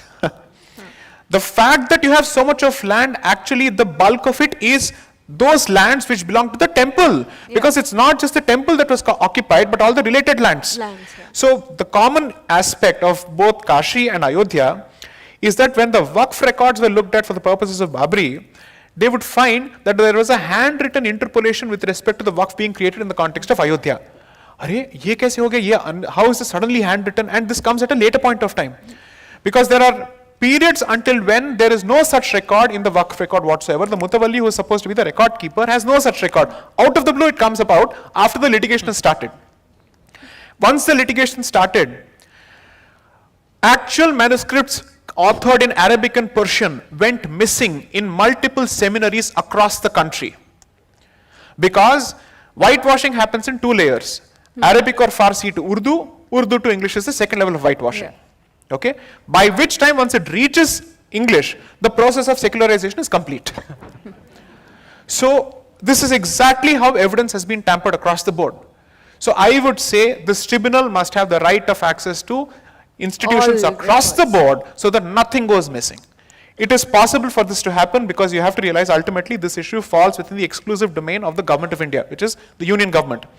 If they choose to come out with a solution, all this litigation can be put to bed in one stroke. Vikram, your opinion on the same issue? It's a law, so I will stick to whatever Sai Deepak has said because I'm not the expert there. But I think as a historian, the responsibility of historians and scholars of the Hindu Samaj at large would be to create this list also as to, even if you are going to take it to court, especially if you are going to take it to court, you will need a lot of evidence. If it is an out-of-court settlement, which is unlikely, but a very ideal situation, then it is okay, goodwill, this and that and all that. But if you are going to go to court, you have to marshal a lot of evidence. And we saw that in Ayodhya, that our evidentiary value was so high, and same in this case too. I think Vishnu and his father, they plan to give copies of this book to all the judges, so that this is actually, proof with all sources cited. So that hard work, I think Hindu Samaj needs to do. We are usually lazy on that front. Slogans and this thing is a nice thing, But then someone who gets to the field, dirties your hand, and even if you have to go to another side and say, give us our sites back, the other side will ask, how many? Batao, kitne hai? Correct. Kitne aadmi the? Correct. So then you have to say, I have, so Sitaramji has done the initial work of some 1,826 or something, and Correct. he says it's a tip of the iceberg. Correct. So, but then it could be anything, it could be 20,000, 40,000, it could be 4 lakh, it could be anything. Because, you know, as I said, Hasan Nizami in his account says in that one invasion in 1194, 1,000 temples were destroyed. So in 800, 900 years of Islamic rule, saying 40,000 is not a big deal. It could be much more than that. But then Hasan Nizami also says 1,000, but he doesn't say which are the 1,000, what are the names, where are they located. So that hard work we need to do, which we generally don't. We are given to a lot of rhetoric, we are given to a lot of excitement. Quietly, I think this should be done, and we shouldn't even be discussing it openly either in platforms or in media, etc. Quietly, groups should sit together, and that is the strategic way of doing it, a Savarkarite strategy of how to actually get what you want, and then have this list ready so that the minute this commission or so on, if at all it gets formed, we have hope in the future, we have this document ready saying this is what we want and these are the things to reclaim. Fair enough. Which brings me to my last question before I open the floor to the audience, which is, again, segueing into your last point, we're talking about the future.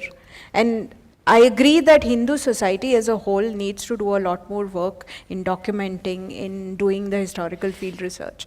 We have said and expressed enough angst about the lies that have been told to us by Marxist historians.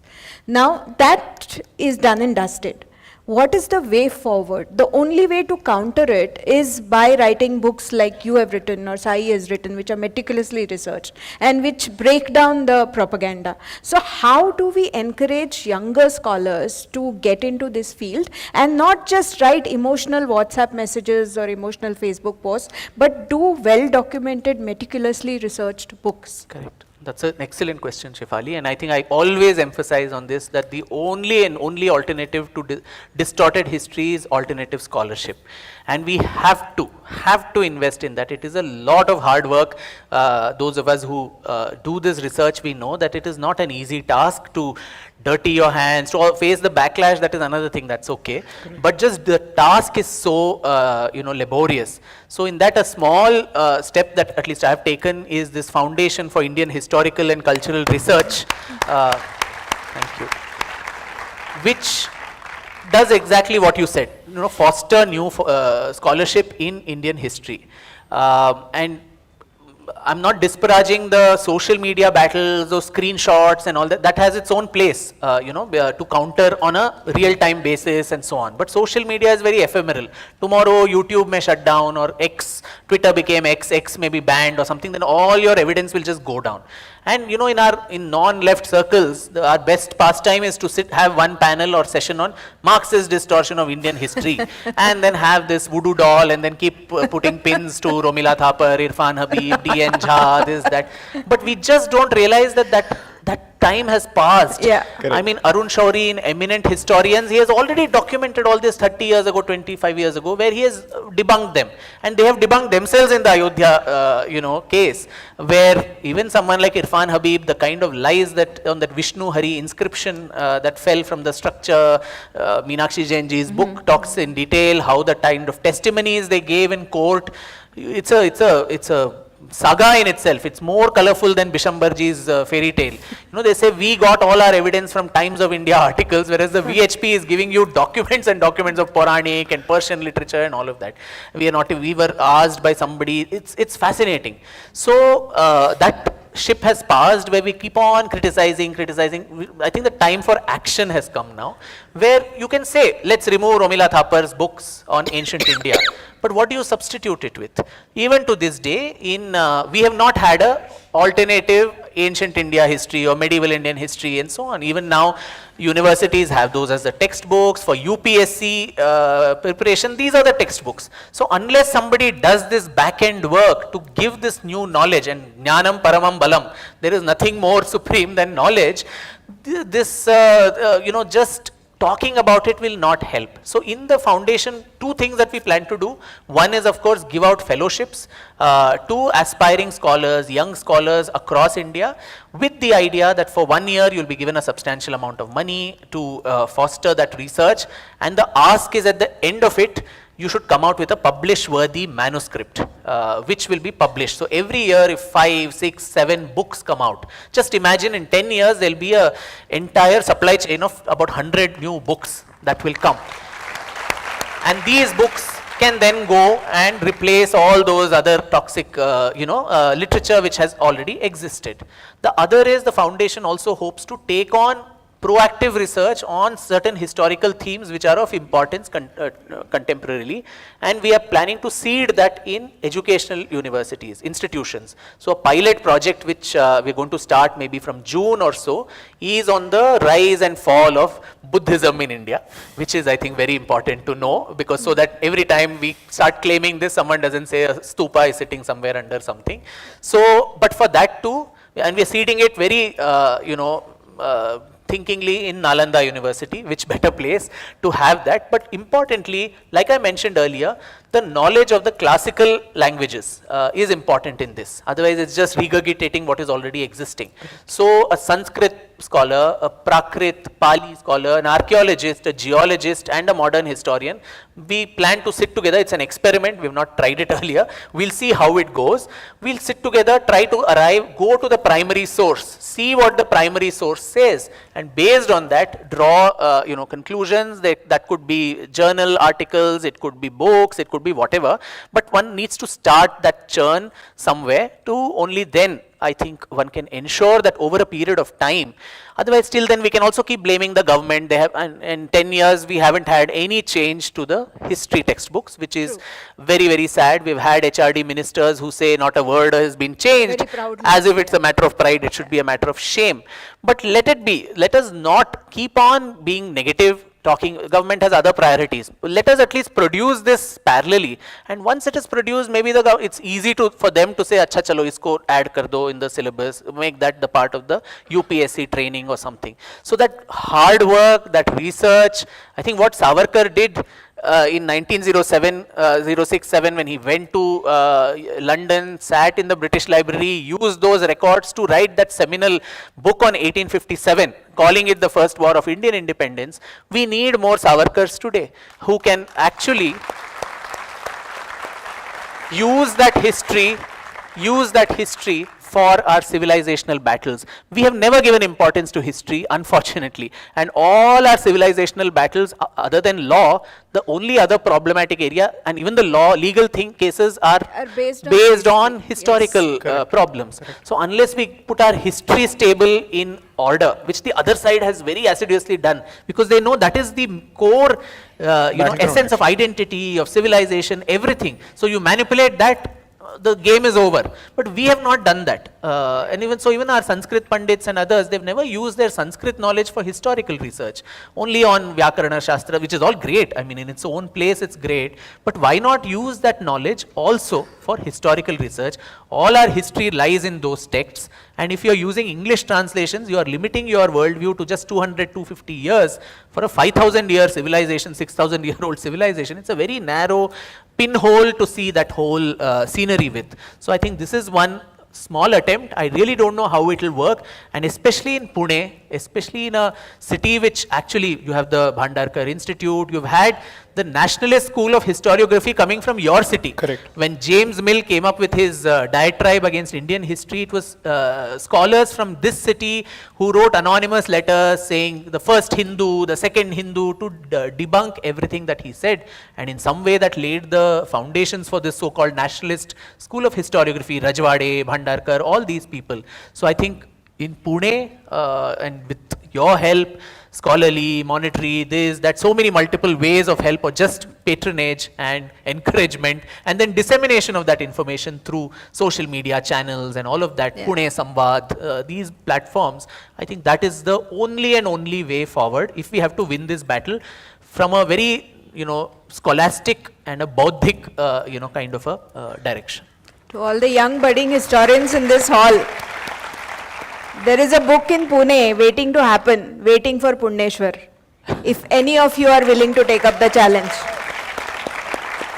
And when you write all these books and get into problems with leftist historians, please befriend one lawyer, always. Because it will help you file defamation suits, all kinds of allegations will come on you. So if anyone here wants to become a historian, also start cultivating, I think, a very thick hide, no sensitive nature, Correct. nothing, because every weapon will be unleashed against you to bring you down. Sai is on everybody's, all of our speed dials for the same reason. Shall I open the floor to questions? I just have one request. Just ask a question, please, and stick to the point, because so that more people can be accommodated.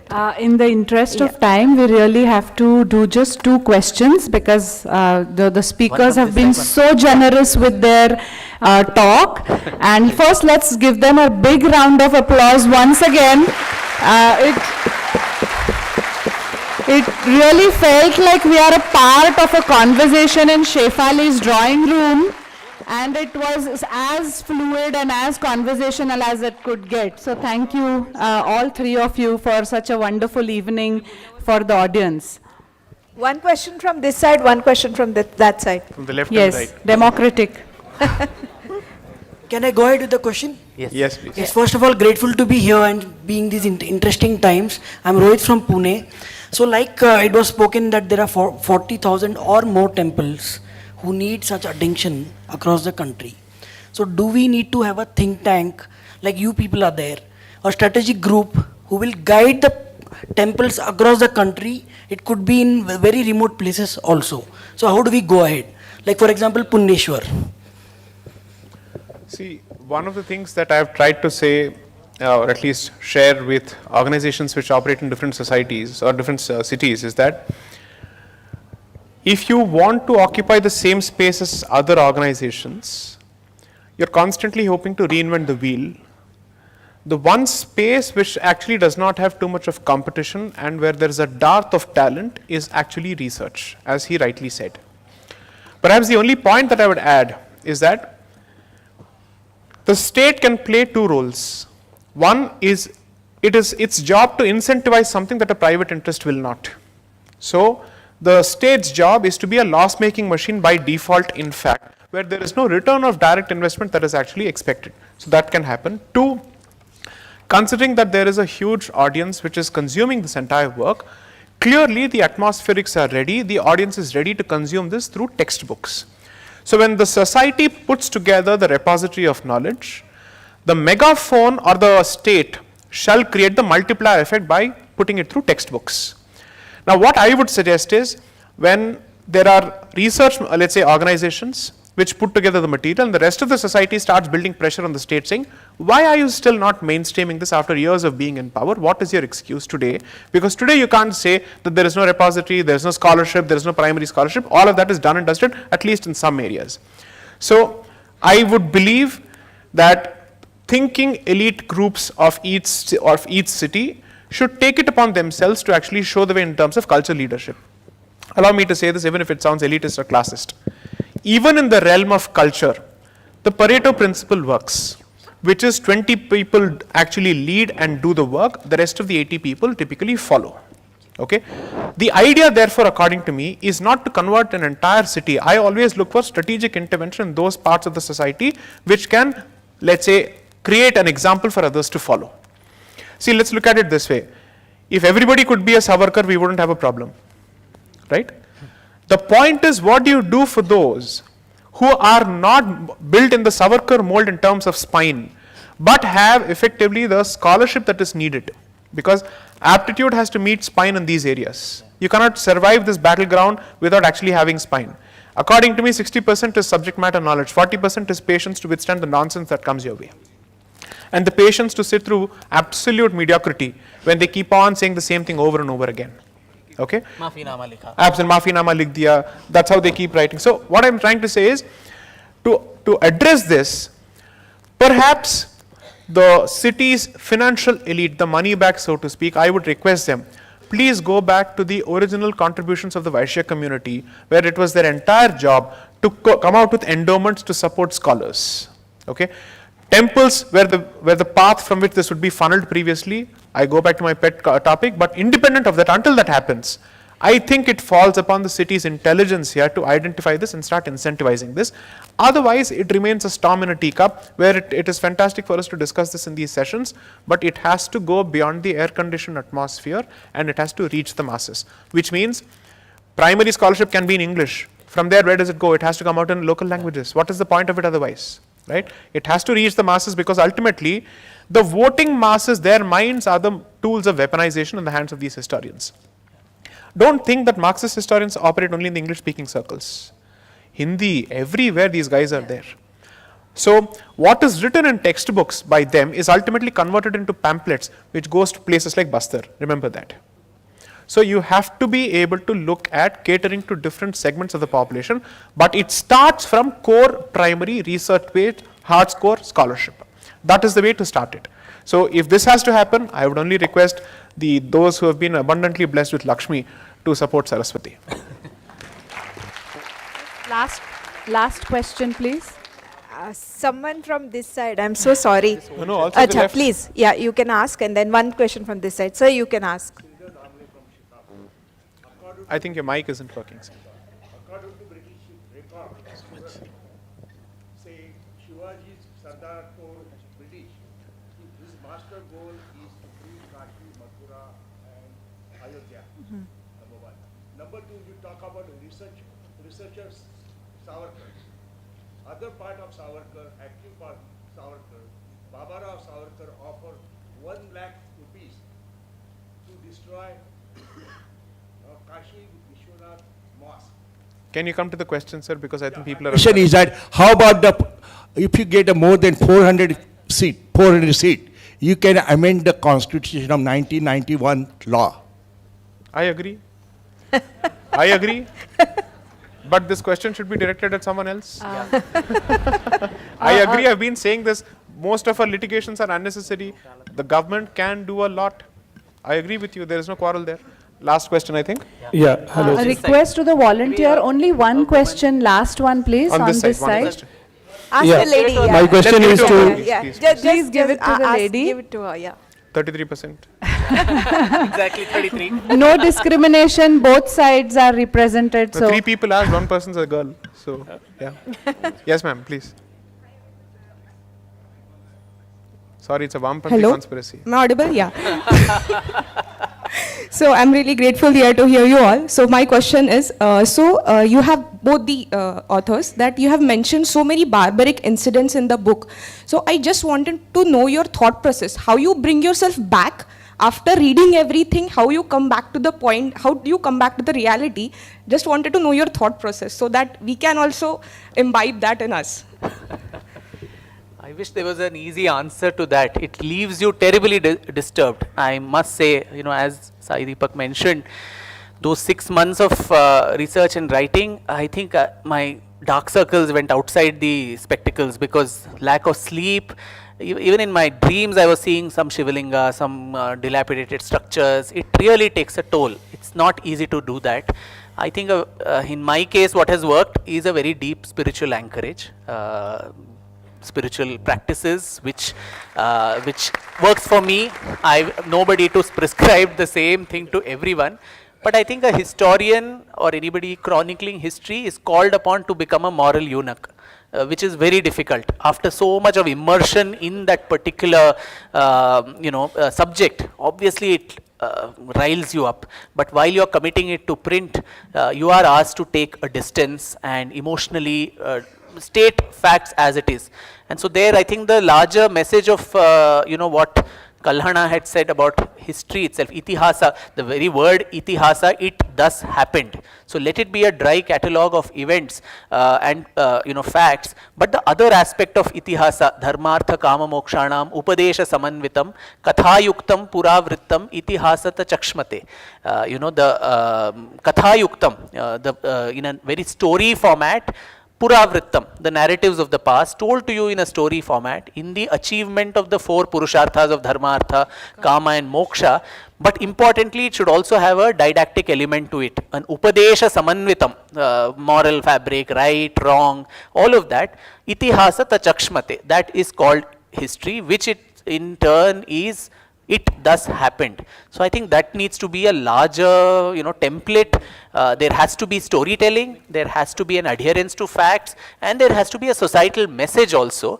And our ancestors have given a very clear, self-assured message as to what the utility of history writing is. Is it just for the heck of writing something, or is there a larger message, a social charter also for this chronicling? I think that becomes important if you're going to, and that's the best I try to adhere to, so that my own angst, my biases, which are dying to come out.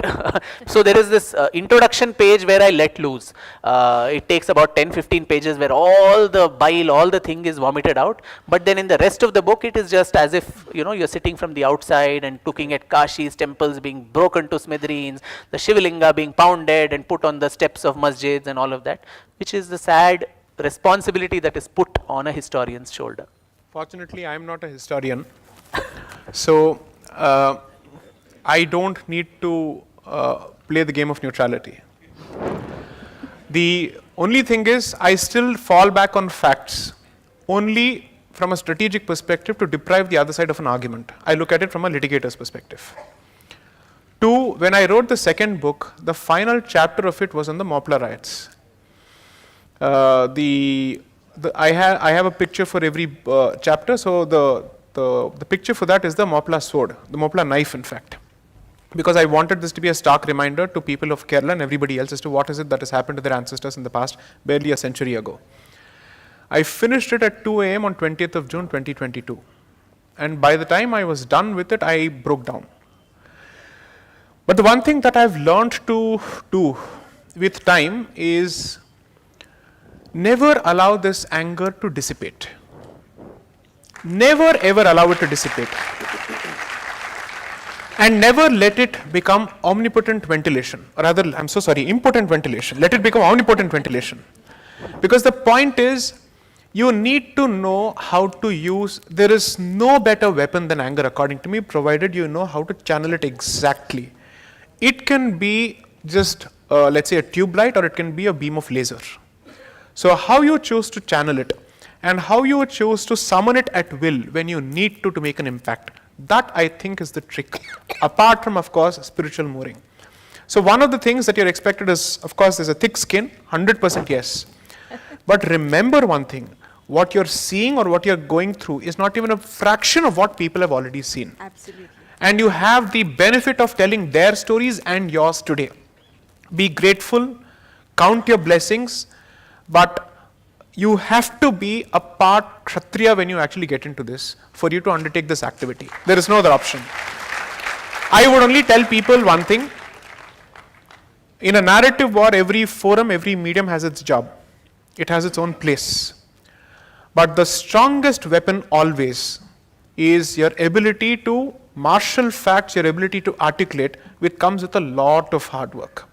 So every pain or every ounce of pain that I take from history, I sow it back with respect to the next book, saying, now I'll come back with a vengeance, I will give it back to you with interest, you wait and watch. Okay? That is exactly how I operate. It has worked for me. Now whether it will take a toll on me, that's for time to say. Okay, ma'am, the second question from this side, this can be the last one, it would be fair. So I will leave Sai, to the it's the moderator. question to you actually. We have around more than 50 laws which are anti-Hindu. So it includes Waqf Board Act, or it can be the Place of Worship Act. Can we have a account from you, or maybe a book in making from you which we can refer and understand how the governments in past have made it the way it is today, the anti-Hindu? I have to finish the third book this year. The fourth book ends next year. With that, the series is complete. After that, I'll take a break from writing for a while, simply because I am not an author. I don't want the tag ever to be used for me, simply because it has to be used for people like Vikram, who actually do this full time. As a litigator, my battlefield is different. These books are meant to support and strengthen the battles of court. That has been my strategic investment as far as book writing is concerned. Okay? Otherwise, I wouldn't have undertaken this task. The second object, of course, was to shut up people who said, "Tumhari taraf se intellectual scholarship kahan se hai, ye kahan hai?" I said, "Okay, to baith ja bhai, I'll do it. You wait." So, other than that, I have no interest in constantly doing this. I believe in weaponizable knowledge because we are no more in the realm of pure academic scholarship. Everything has become political, everything is a battleground. So I will take up only stuff which I know for a fact can be used on the other side, period. So with that, I hope I've answered the question. Thank you. Thank you, and I'm going to be the villain here. I'm sorry, sir. We have to close. This is regarding the volunteers. Savarkar's I'm movie. going to request to This take is the regarding mic the after this Savarkar's question. movie. You to respect the moderator. Thank you, sir. Thank you. Thank you Watch very the much. Savarkar movie. And it has been a wonderful audience as well. So a big round of applause for all you people who have spent your Friday evening. Literally, there was pin and drop silence while Megha ji, just the speakers. two, yes. three people I just wanted to thank. Yes. One is of course Manoj. Manoj is back here.